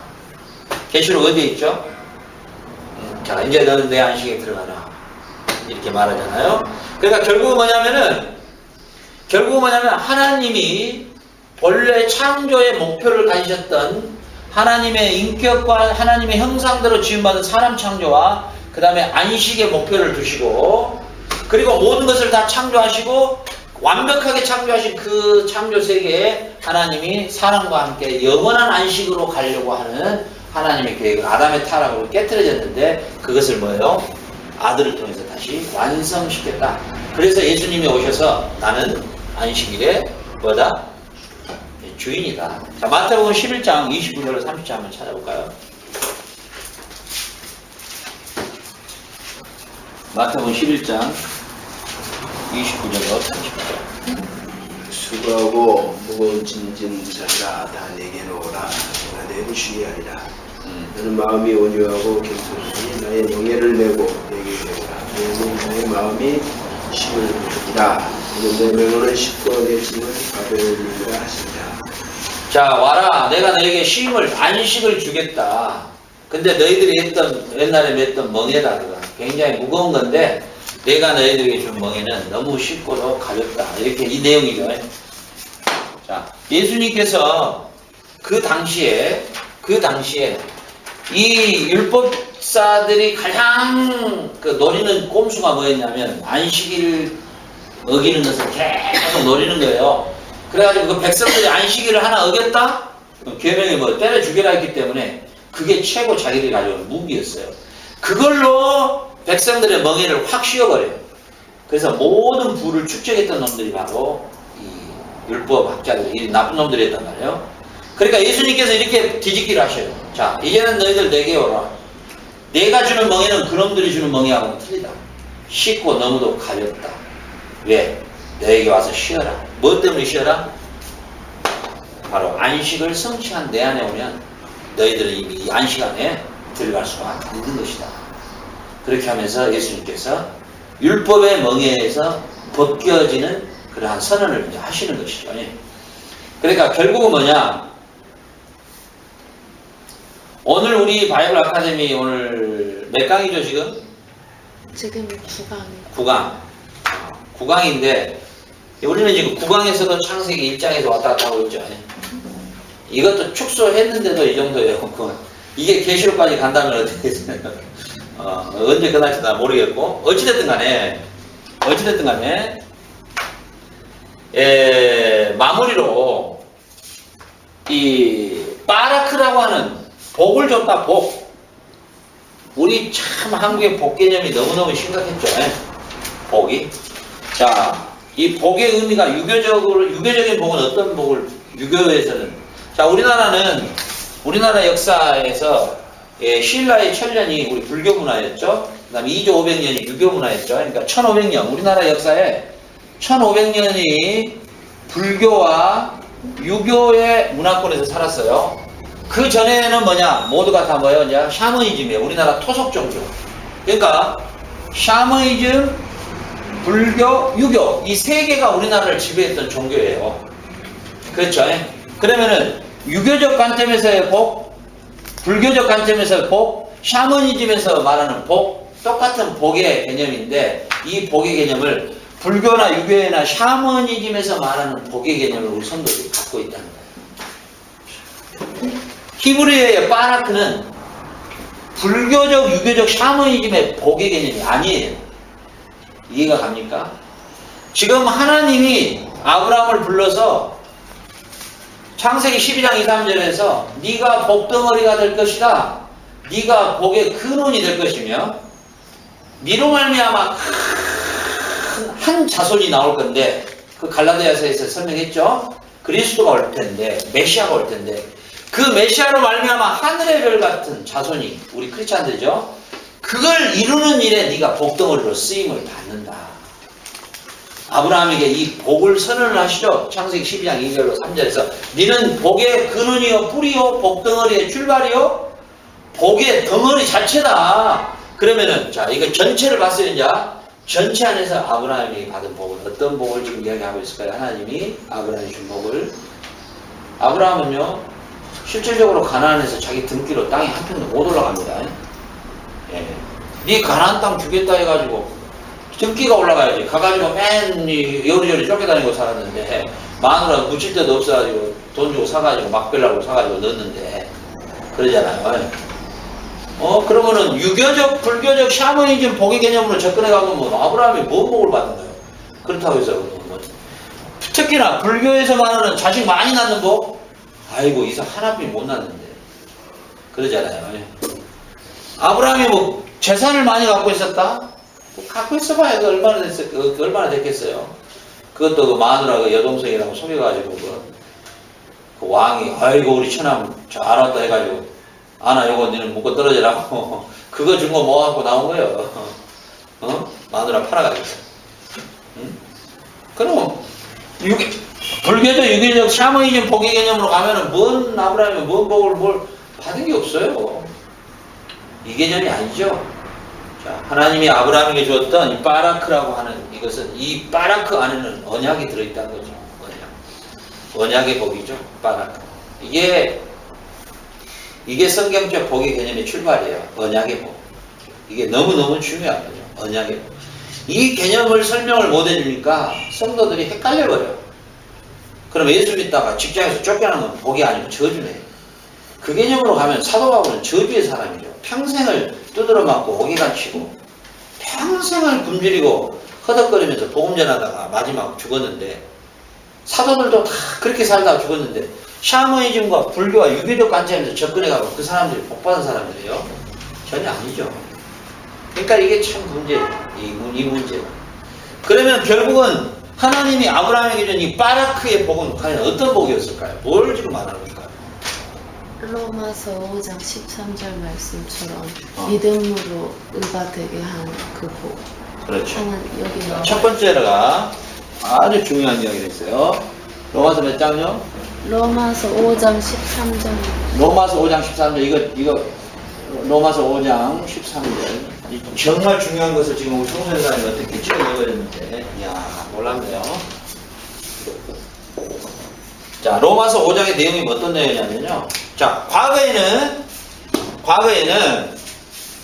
율법의 의로 말미암아 구원을 주시려고 하는 하나님의 그 율법의 제도 안에서 구원을 얻으려고 몸부림을 쳤는데 그건 꽝이다. 그건 불가능한 일이다. 율법은 그리스도가 누구인가, 메시아가 누구인가를 설명하기 위한 법이지 그 율법을 지킴으로 구원을 얻게 하려고 하는 것이 하나님의 본 의도가 아니었다. 그런데 율법에 한 의가 새롭게 나타났는데, 한 의, 이렇게 나와요. 하나님의 한 의가 나타났는데 그 의가 뭐냐? 믿음으로 말미암아 믿음으로 구원을 얻는 하나님의 의로운 뜻이 하나 나타났는데, 아들 그리스도를 믿음으로 구원을 주시는 하나님의 구원의 방식을 이 마지막 날에 하나님이 아들을 통해서 우리에게 주셨다는 거예요. 믿음으로 구원을 얻는. 그러면서 뭐라고 설명하냐면, 좋다. 그러면은 너희들이 생각할 때 아브라함이 하나님이 아브라함을 의롭다고 칭했을 때가 할례를 받기 전이냐, 할례를 받은 후냐, 이렇게 바울이 설명해요. 자, 하나님이 데려가서 하늘의 별을 봐라. 네 자손이 이와 같을 것이다. 이러니까 하나님이 아브라함이 그걸 믿으니 의로 여기셨다. 이 고백할 때 아브라함이 할례를 받았을 때요, 받았기 전이에요? 받기 전이었잖아요. 그러면 너희들 할례 안 받으면 구원 없다고 말하지 지금. 너희들 그렇게 말하고 있잖아. 그렇게 가르치잖아. 할례 안 받으면 너 구원 없다 그러잖아. 너 그렇게 가르치지. 골로새서에서도 바울이 그렇게 강조해요. 너희들 예수 그리스도로 말미암아 구원을 주시는 하나님의 한 의가 나타났는데, 너희들이 만약에 할례도 받고 예수도 믿고 이런 식으로 너희들 가르치면은 골로새 입장에서는 그런 놈들은 저주가 있다고 직접 선언해버려요. 저주가 있다. 자, 안식일도 지키면서 금요일날부터 토요일날 안식일도 지키면서 예수도 메시아로 받자. 이제 그 당시 그런 놈들이 무지하게 많았어요. 교회에 들어와서. 교회에 이놈들이 들어와서 가르치는 게 그거예요. 야, 예수를 믿고 구원 얻는 거 맞아. 맞는데 안식일도 지켜야 돼. 이게 안식교회예요. 지금도. 그럼 안식교회가 예수를 부인하지 안 해요. 구원자요, 부활이요, 그분을 통해 구원은 다 똑같이 말해요. 그런데 뭐예요? 그러나 안식일은 지켜야 돼. 이게 안식교회예요. 여호와 증인 이런 애들은 말할 가치가 없고, 얘들은 아예 안 되니까. 근데 요즘에는 여호와 증인이 작전을 바꿨어요. 예수가 구원자라고 말해요. 예수가 구원자고 그분이 부활하신 분이고 알자 노골적으로 말해요. 그런데 뭐만 딱 타협을 안 해요? 그러나 그도 역시 하나님이 창조된 창조물의 첫 번째 창조물이다. 이렇게 말해요. 이게 그러니까 우리 지금 나타나는 이런 교회 현상들이 옛날에는 없었냐? 옛날에 다 있었어요. 몬타누스의 성령운동 이런 것들은 이미 오래전에 다 일어났던 일이에요. 다. 그게 반복하고 있을 뿐이에요. 그러니까 아브라함에게 하나님이 하늘의 별을 봐라. 네 자손이 이와 같은 기사 있을 때 그것을 믿으니 아브라함을 의롭게 여기셨다 그랬는데 지금 바울이 뭔 말을 하고 있냐면 그럼 아브라함이 할례를 그때 받았냐? 받기 전이었다. 할례를 받기 전에 이미 아브라함을 의롭다 여기셨던 그 하나님이 그 아브라함의 후손으로 오신 그리스도를 통해서 그를 믿음으로 말미암아 그를 의롭게 여겨주는 이 복이 세상 천지에 이런 복은 없다. 예수를 믿음으로 구원을 얻는 복. 이거 뭐냐? 그래서 제가 그랬잖아. 이게 이 바라크라고 하는 이 복의 개념 안에 뭐가 들어있다고요? 그리스도의 언약이 들어있어요. 이 언약을 성취하신 그리스도를 믿는 복을 성경에서는 복이라 그러지, 불교나 유교나 샤머니즘에서 말하는 복의 개념을 전혀 말하고 있지 않다는 사실이에요. 신명기 28장에 네가 나가도 복을 받고 들어와도 엎어져도 복을 받고 호관해져도 복을 받고, 이 개념이 거기 구절만 쏙 뽑아내버리니까 그렇게 해석을 하는데, 신명기는 뭐예요? 모세가 기록한 5경이에요. 5경은 반드시 권이 나눠져 있다고요? No, 한 권이에요. 이 문맥을 타고 들어가는 거예요. 그 복의 개념이. 너희들이 뭐냐? 너희들에게 있는 복은 어떤 복이냐? 언약의 복이 있는데 그 언약은 뭐냐? 너희들의 정체성을 잘 깨닫고 안식을 줄 메시아를 간절히 기다리며 이 세상 만물을 창조하신 하나님을 고백하는 이 고백이 너희에게 있다면 나가도 복을 받고 들어가도 복을 받고, 비록 너희들이 포로 생활을 한다 할지라도 다시 끌어낼 것입니다. 너희를 아무리 학대한 민족이 있다 할지라도 결코 너희들은 내가 보호할 것이며. 신명기의 주제가 뭐예요? 독수리가 그 새끼를 날개에 품고 너풀거렸던 그 보호하시는 그 하나님의 보호를 너희들은 결코 놓치지 않을 것이다.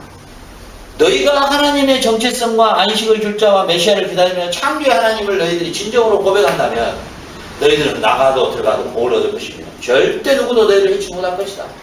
그러나 이것을 고백하지 않는 자는 이스라엘 백성 중에서 쳐 죽여라. 그래서 안식일을 죽이는 거예요. 뭐 때문에? 그들은 안식일을 지키지 않는 이유는 이런 고백이에요. 나의 정체성은 이스라엘이 아닙니다. 두 번째, 나는 안식을 줄 메시아를 기다리지 않습니다. 세 번째, 세상을 창조하신 하나님을 나 인정하지 않습니다가 구약 때는 안식일을 지키지 않는 자의 고백이에요. 그러니까 그는 뭐예요? 죽여버리라는 거예요. 무슨 말이냐? 그는 이스라엘 공동체 안에 들어와서는 안 된다는 거예요. 그런 놈이 들어오면 이스라엘 전체가 망가진다는 거예요. 그러니까 그걸 제껴버린 거예요. 예, 그걸 제껴버린 거예요. 죽임을 당한 자는 억울하겠죠. 나를 그런다고 사랑에 맞아 하나님 날 죽이다 했는데, 하나님은 자기 백성을 보호하기 위한 하나님의 은혜의 방편인 것이죠. 결국. 그렇죠. 그러면 결국은 아브라함에게 약속한 복, 아브라함에게 복을 준다라고 하는 이 바라크라고 하는 이 복은 어떤 복이었느냐?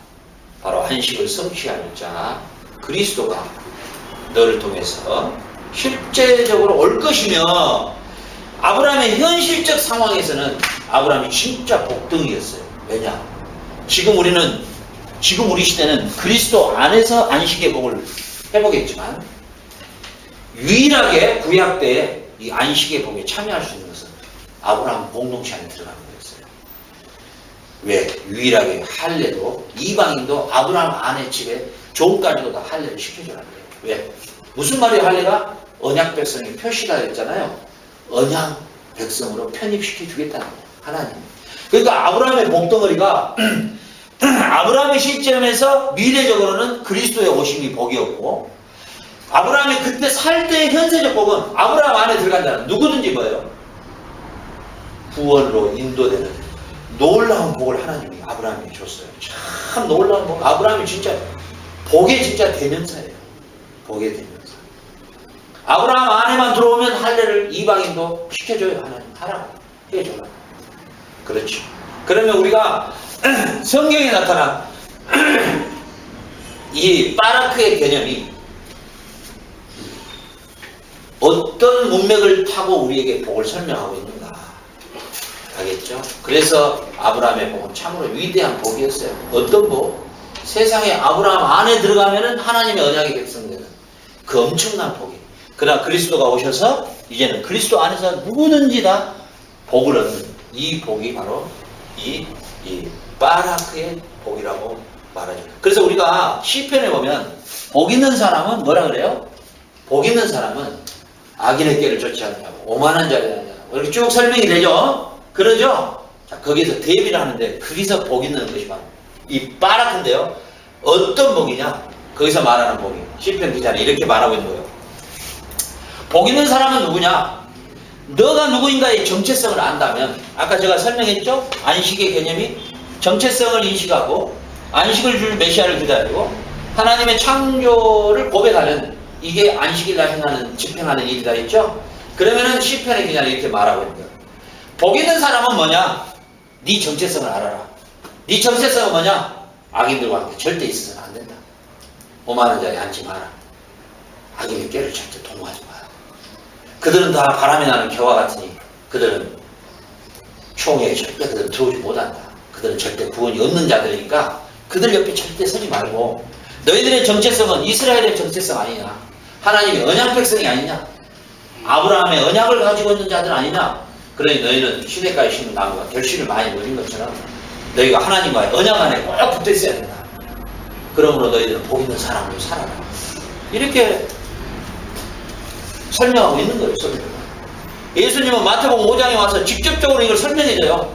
복 있는 사람은 이렇게 출발하죠. 자, 복 있는 사람은 어떤 사람이냐? 심령이 가난한 자가 복이 있다. 자, 심령이 가난한 자가 복이 있다. 이것이 귤의 구조예요. 귤의 구조예요. 이 귤이 겉에 보면 하나님 안에 가면 조각이 이렇게 8개로 뭐 5개로 나눠지죠. 나눠져 있죠? 심령이 가난한 자, 이게 이제 대표적인 복의 이제 대명사로 예수님이 쓰셨죠. 자, 심령이 가난한 자 복이 있다. 이렇게 설명하는데, 이게 예수님이 이 말씀은 이사야서 몇 장에서 인용 그대로 하셔요. 혹시 아십니까? 이사야서에 자, 메시아가 갈 텐데 그 메시아가 가면 가난한 자에게 복음을, 포로된 자에게 자유를, 은혜를 선포하게 하며 그들에게 그 가난한 자, 거기서 말하는 이제 이사야서에서 말하는 그 가난한 자가 뭐냐면 이거 안식일 날 정체성을 깨닫고 그리고 안식을 줄 자를 간절히 기다리는 그 가난한 자, 그 메시아를 간절히 기다리는 그 가난한 자, 그리고 하나님의 창조를 고백하며 잃어버렸던 안식을 회복해 줄 메시아를 기다리는 그 간절히 기다리는 그 심령이 가난한 자, 그 가난한 자에게 복이 있다. 그 자에게 내가 복음을 선포하는 메시아가 갈 것이다. 그래서 이 이사야서에서 그대로 기록되어 있죠. 자, 그 그리스도가 갈 텐데 그 그리스도가 은혜를 선포하며 뭐예요? 죄와 사망에서 건져낼 것이며, 두 번째는 뭐예요? 그가 가난한 자에게 복음을 전할 것이며 그가 포로된 자를 자유하게 해줄 것이다. 그래서 예수님이 이제 오셔서 바로 의도적으로 자기 제자들을 산으로 이끌어 가셔요. 산에 앉으사 이렇게 나오잖아요. 산에 앉으사. 자, 그러면서 뭐라냐면 나는 여호와로서 말하노니, 원문에 보면 이렇게 나와요. 에고에이미 이러면서 내가 여호와로서 말하노니 모세는 이렇게 말하였거니와 나는 너에게 이렇게 말하겠다. 이렇게 출발해요. 그 말이 반복, 계속 반복. 모세는 이렇게 말했거니와 나는 너에게 말하노니. 이 말이 해석을 정확히 하면 나는 여호와로서 모세에게 계명을 준 하나님으로서 내가 말하노니 이렇게 말하는 거예요. 그렇게 해가지고 첫째 출발이 심령이 가난한 자가 참 복이 있다. 이렇게 출발한 거예요. 진정으로 나를 메시아로 기다리며, 나를 메시아를 기다리면 나의 정체성, 이스라엘의 정체성을, 그 자존심을 가지고 하나님의 창조의 역사를 바라보며 안식을 회복해 줄 메시아를 기다리는 너희가 참 복이 있다. 이렇게 출발하죠. 이사야서 몇 장 있어요? 아직 못 찾았어요? 안타깝네요. 61장 가볼래요?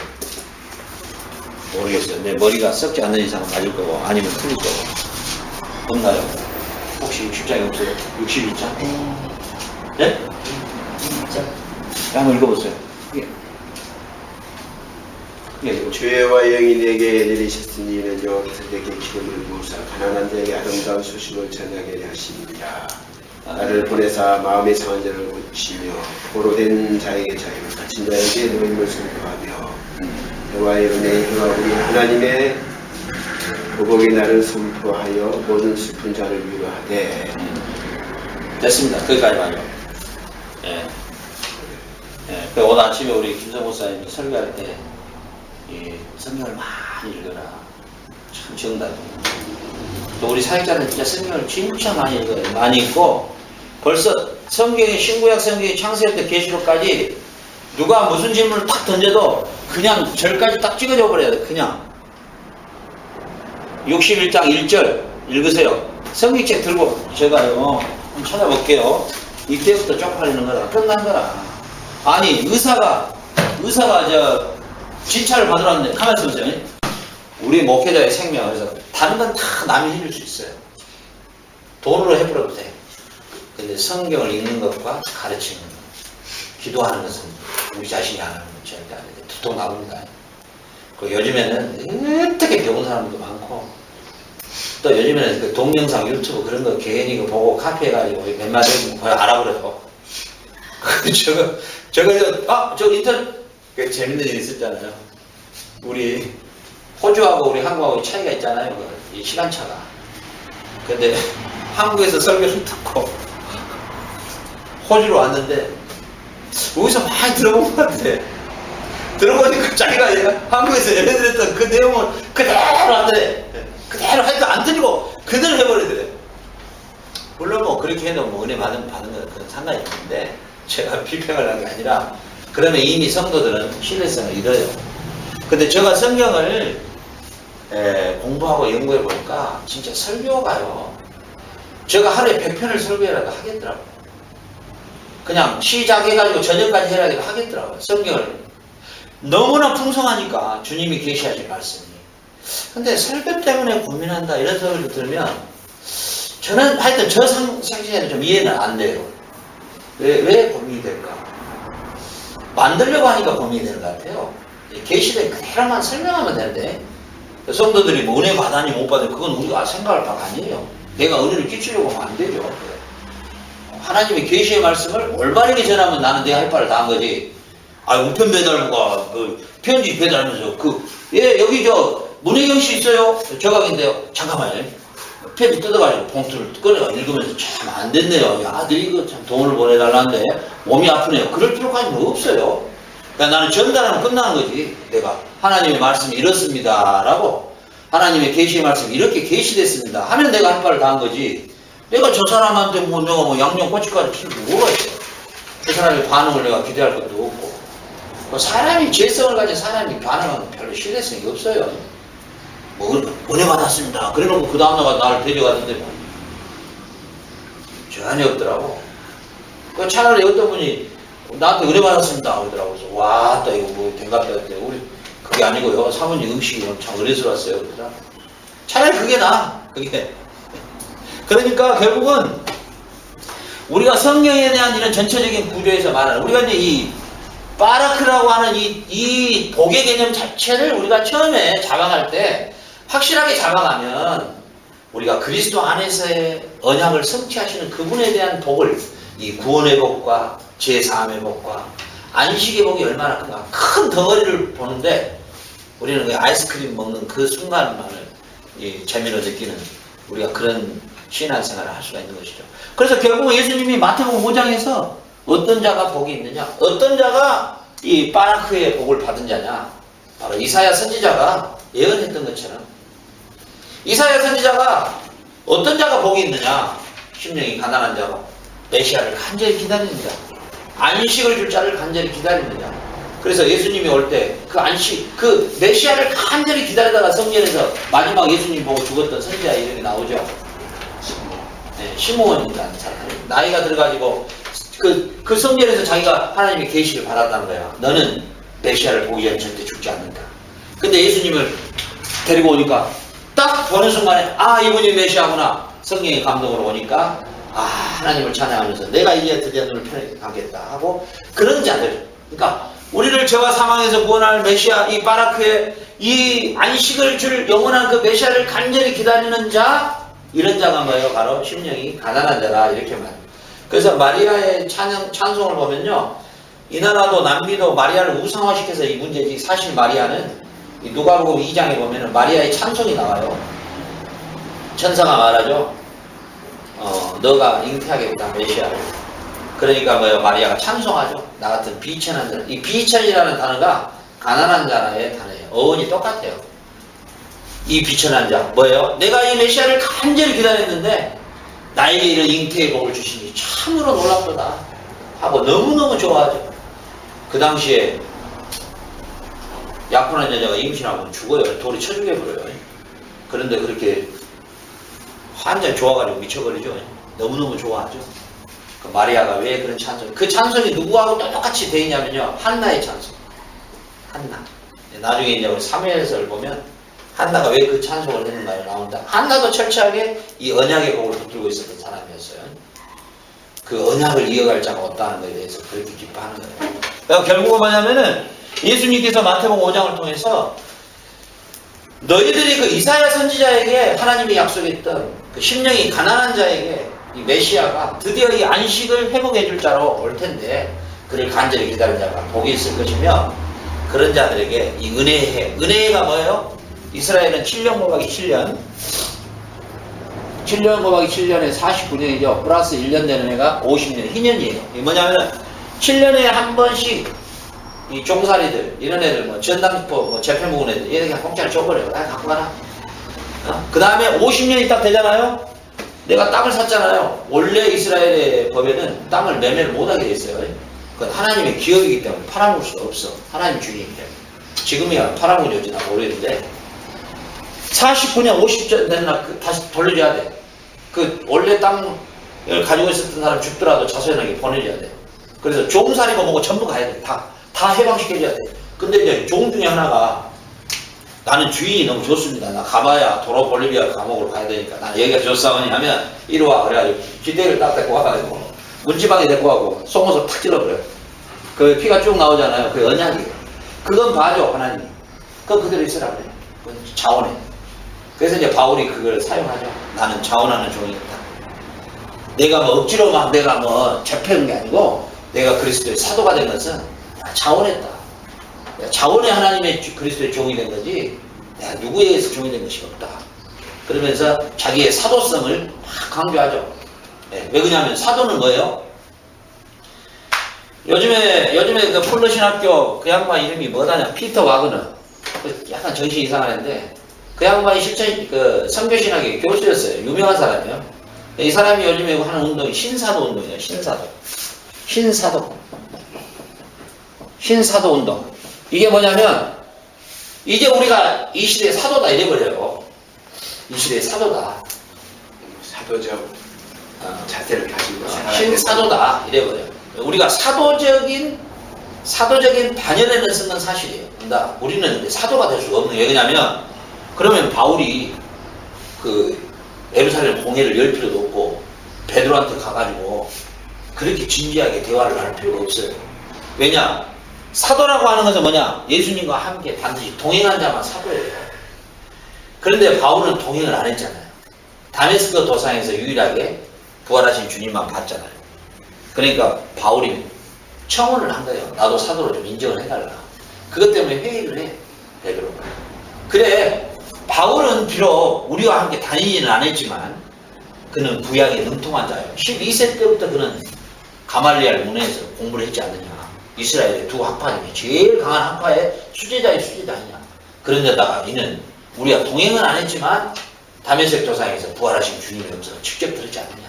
그러니까 우리가 인정을 해주자. 너희들 어떻게 생각하냐? 그러니까 나머지 사도들이 그래 그러면 바울은 인정을 해주자.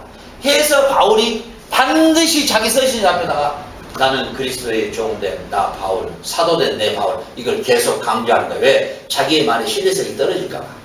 왜? 우리는 지금 믿고 있는 게 사도의 증언들을 믿고 있는 거예요. 우리가. 그렇기 때문에 우리는 절대로 사도가 될 수가 없어요. 근데 피터 와그너는 신사도 운동이라 이렇게 말은 이렇게 가는데 우리가 마치 과거에 예수의 제자들이 행했던 기적, 표적, 이적 이런 것들을 우리도 지금 다 행할 수 있다. 이런 논리를 가버려요. 그러나 이제 계시가 완성됐기 때문에 굳이 내가 병자를 안 고쳐도 내가 복음을 전해도 그 복음으로 그를 치유케 하는 역사가 일어나는 시대이기 때문에 또 그렇다고 해서 치유의 역사가 없냐? 있죠. 하나님 필요하면 다 일으킬 수 있죠.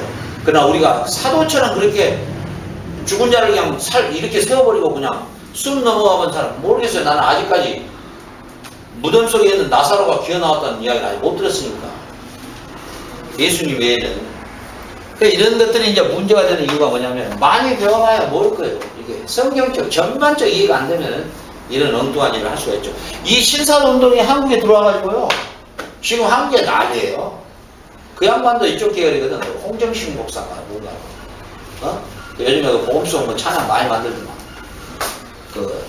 홍 뭐 있어, 홍 누군가 있어, 하여튼, 홍. 거기도 이 계열이야. 근데 이 계열에 있는 내 목사님 한 분을 내가 아는 분이 있는데, 야 진짜 안타깝더라고. 교회를 순천에다가 잘 지어놨어요. 근데 여기에 빠졌어, 이게. 그러면 처음에 나를 만났는데 내 손을 잡더니, 자기가 애원받는 걸 이야기를 해주겠다는 거야. 그렇게, 그건 공부 많이 하고 있는데.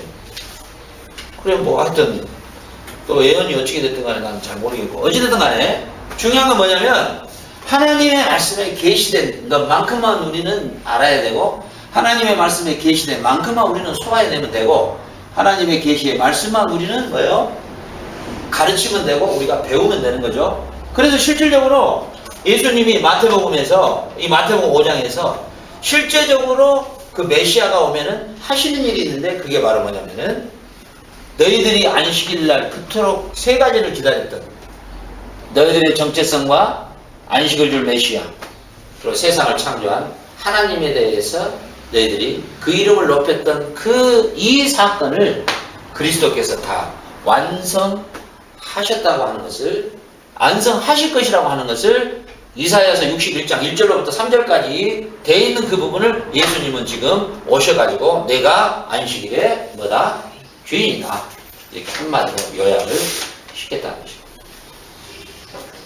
결국은 오늘 우리 바이블 아카데미를 통해서 우리가 이 때무트와 체렘과 그 다음에 바락, 그 다음에 샤밧, 이 분류를 통해서 우리는 하나님의 창조의 목표가 하나님의 형상대로 모양대로 하나님의 공의적 속성을 가지고 우리에게 창조하셨고, 두 번째는 하나님께 우리에게 복을 주셨는데, 무슨 복을 줬느냐? 안식의 복을 주셨는데, 아담의 타락으로 잃어버렸던 안식을 다시 아들을 통해서 회복하시고, 우리가 지금 받고 있는 현재 최고의 복은 뭐냐? 죄와 사망에서 우리를 해방시켜주고, 안식 안에 이미 우리가 뭐 했다? 히브리서 4장에서 들어가 있는 상태다. 죄와 사망의 법에서 우리가 풀려난 진정한 안식에 우리는 이미 들어가 있는 존재다. 흙에 속한 자가 아니라 하늘에 속한 자로 이미 안식에 들어가 있는 존재다. 그래서 우리가 살아가는 시점이 이 정도의 시점인데, 이미 우리는 영원한 시간 안에서 오늘이지, 우리에게는 죽음이라는 게 의미가 없어요. 그래서 신약성경에는 뭐예요? 절대 죽었다는 용어가 나와요, 안 나와요? 없습니다. 잠잔다. 이렇게 나오죠. 잠잔다. 그래서 고린도서 15장에 우리는 다시 깨어날 것이다. 다시 깨어난다. 그래서 궁극적으로 우리에게 진정한 복이 뭐냐?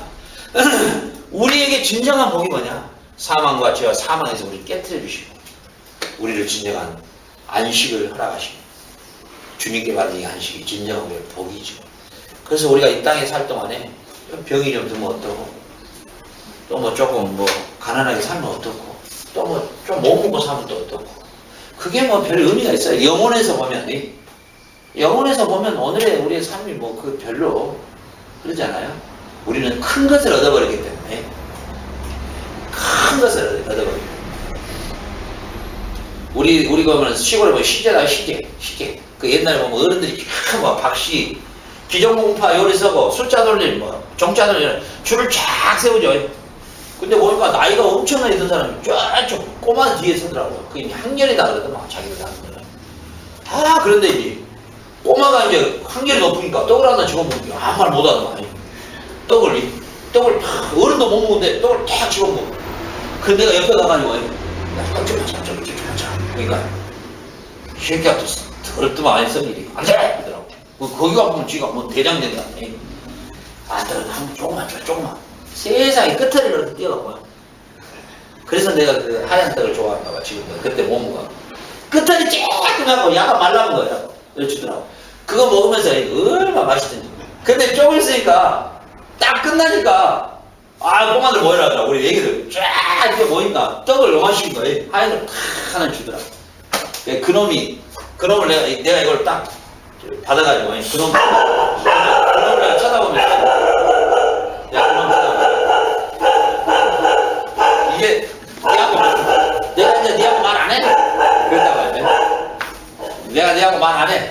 이제 니하고 말 안 할 거예요. 그래서 아까 이놈이 내가 줄 때 끝에 요만큼 주고 그게 생각이 나서요. 이제 나 니하고 말 안 해. 이랬단 말이죠. 예, 내가 큰 것을 얻게 되면 적은 거에 관심이 없어요.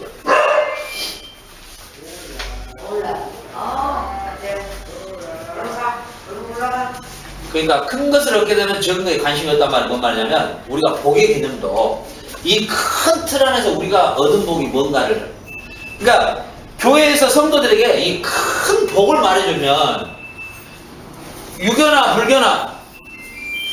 유교나 불교나 샤머니즘화된 복의 개념을 버리게 되고 성도들이 이 땅에서 그러니까 이 땅에서 떡조가리가 아니라 본체적인 복을 이해하게 되면 이걸 이해를 시키면 그들이 가지는 그 복의 개념이 딱 바꿔지기만 하면 지금 이 시대에 살아가면서 자기들이 이스라엘의 정체성 내가 크리스찬으로의 정체성에서 어렵고 불의한 일을 당하고 내가 정말 애통하는 심령으로 살더라도 이게 진정한 나의 복이구나 이걸 이해하게 되고 비록 내가 조금 병들었고 좀 사업이 망했다 할지라도 내가 그래도 하나님께서 내게 주신 안식이 있는 자인데 내가 지금 좀 아프더라도 그 안식을 바라보며 살아야 되겠구나 그리고 나는 이 복 안에 살아있는 존재구나 이런 큰 틀 안에서 큰 복을 이해하게 되면 나머지 떡조가리 조그만 거 내가 기도했으니까 하나님 이걸 줬더라 이걸 줬더라 이런 어린아이의 행동을 버리게 된단 말이죠.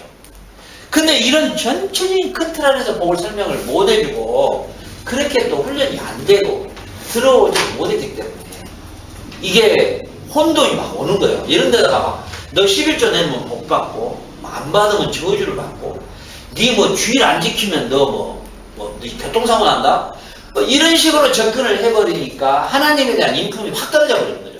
하나님에 대한 그 가치가 그 하나님에 대한 그 존경함이 확 떨어져 아주 그 저질적인 이런 거 불교나 유교나 샤머니즘에서 네 말한 거는 산신령이 빵 때려버린다 이런 식으로 네 말 잘 들으면 산신령이 네 산삼인데 가르쳐줄게 이런 식으로 막 설명을 해버린단 말이야 이게 우리가 이 교회에서 이렇게 접근해가고 네 열심히 선한 일 많이 해라고 복 줘본다 불교적 업보적부터 복을 또 가르쳐버린다 또 유교적 네 부모에게 효도 많이 해라 이렇게 해버린다 부모에게 물론 효도해야죠 하나님이 부모를 공경하라 했으니까 그러나 그게 다 유교나 불교나 샤머니즘화된 복을 설명해버리면 성도가 자라지를 못해요.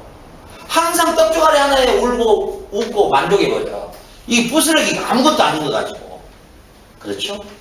그러나 우리가 하나님이 말씀하시는 이 바라크의 복을 진정으로 이해시키면 내가 참으로 그럼 지금의 안식일은 뭐냐 자 구약의 안식일은 지키는 이유가 창조의 하나님을 기리고 높이고 우리에게 잃어버렸던 안식을 줄 메시아를 간절히 기다리고 그리고 우리의 정체성을 바로 깨닫는 게 구약의 안식일의 개념인데 지금 우리의 안식일을 지키는 개념은 뭐냐 첫 번째 다시 오실 예수님의 재림을 기다리는 날이 바로 주일을 지키는 거예요. 그래서 마땅히 그리스도의 다시 오심을 설명하려면 창조부터 다시 또 들어가야 된다는 거죠.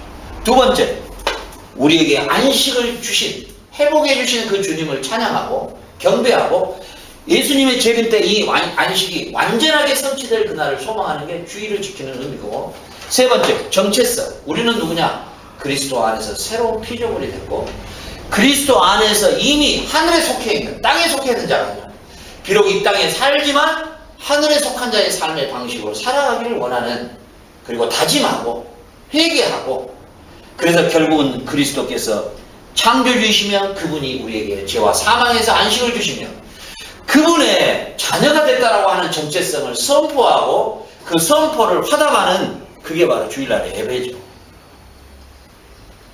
근데 그 예배 시간에 한국의 대표적인 교회 우리 교단 성공하는 7가지의 방법 이래가지고 출발하는 거 그거 아주 하나님의 이름을 모독시키는 거예요. 그게 참 부끄러울 일이에요. 첫 번째 그래가지고 하나님도 모르는 빌 게이츠 하나님도 모르는 엉터리들을 이름을 막 인용하면서 그들은 이렇게 살았다. 그런 여러분도 이렇게 살면은 성공한다. 그것은 다단계 세미나 시간이죠. 하나님의 교회 안에서 복음이 선포될 때는 하나님의 창조의 하나님, 창조의 그리스도 그리고 그분이 죄와 사망에서 우리를 안식을 주셨고 그분을 통해서 우리는 하나님의 자녀가 되는 권세를 얻었으니 우리가 하나님의 창조의 안식 안에 이 땅에 살지만 마치 하늘에 속해서 사는 것처럼 히브리서 4장에 하늘에 속한 자로서 하늘 백성으로 이 땅을 우리가 살아야 할 것이고 다시 오실 주님의 재림을 간절히 기다리며 우리의 영원한 안식으로 들어가요. 그날을 소망하며 살아갑시다. 이 선포되는 게 주일날. 그리고 부활의 주님을 찬양합니다. 그래 우리 오소리사님이 부활의 찬송을 하니까 산줄도 아닌데 선교의 대표자는 사람이 세상에 상까지 선교상까지 받는 거예요. 그 부활절날 불러야죠. 그러더라. 그냥 무식해도 이건 너무너무 무식한 거야. 부활의 찬송은 매 주마다가 아니라 매일 찬송돼야 돼. 매일 찬송돼야 돼. 왜? 부활이 없었으면 우리는 안식이 없었기 때문에. 예수님의 우리에게 안식일의 주인이라고 하는 증거가 뭐예요? 예수님이 사망해서 부활한 것이 진정한 그분이 우리에게 안식을 주었다는 증거예요. 부활의 증거가. 그런데 그 주일날 부활의 찬송을 부르지 않는다? 그것은 부활절만 부른다? 기쁘다 우리 오셨네를 부활절 크리스마스 때만 부른다? 이건 완전한 그러죠? 그래서 우리가 지금 지키는 이 안식일은 이제 그리스도가 재창조하셨잖아요. 이 세상을 재창조하신 거잖아요. 그분이 재창조. 그리고 우리에게 안식을 부활을 통해서 주셨고 우리를 하나님의 자녀가 되는 정체성을 완전히 바꿔버렸죠. 그래서 이제 우리는 이 영원한 안식으로 다시 원래 창조의 목표였던 하나님의 원래 창조의 목표였던 이 샤바트라고 하는 이 창조의 목표가 완성되는 주님의 재림을 간절히 기다리는 날이 우리가 주일을 지키는 의미요 현재의 안식일의 의미라는 것이죠.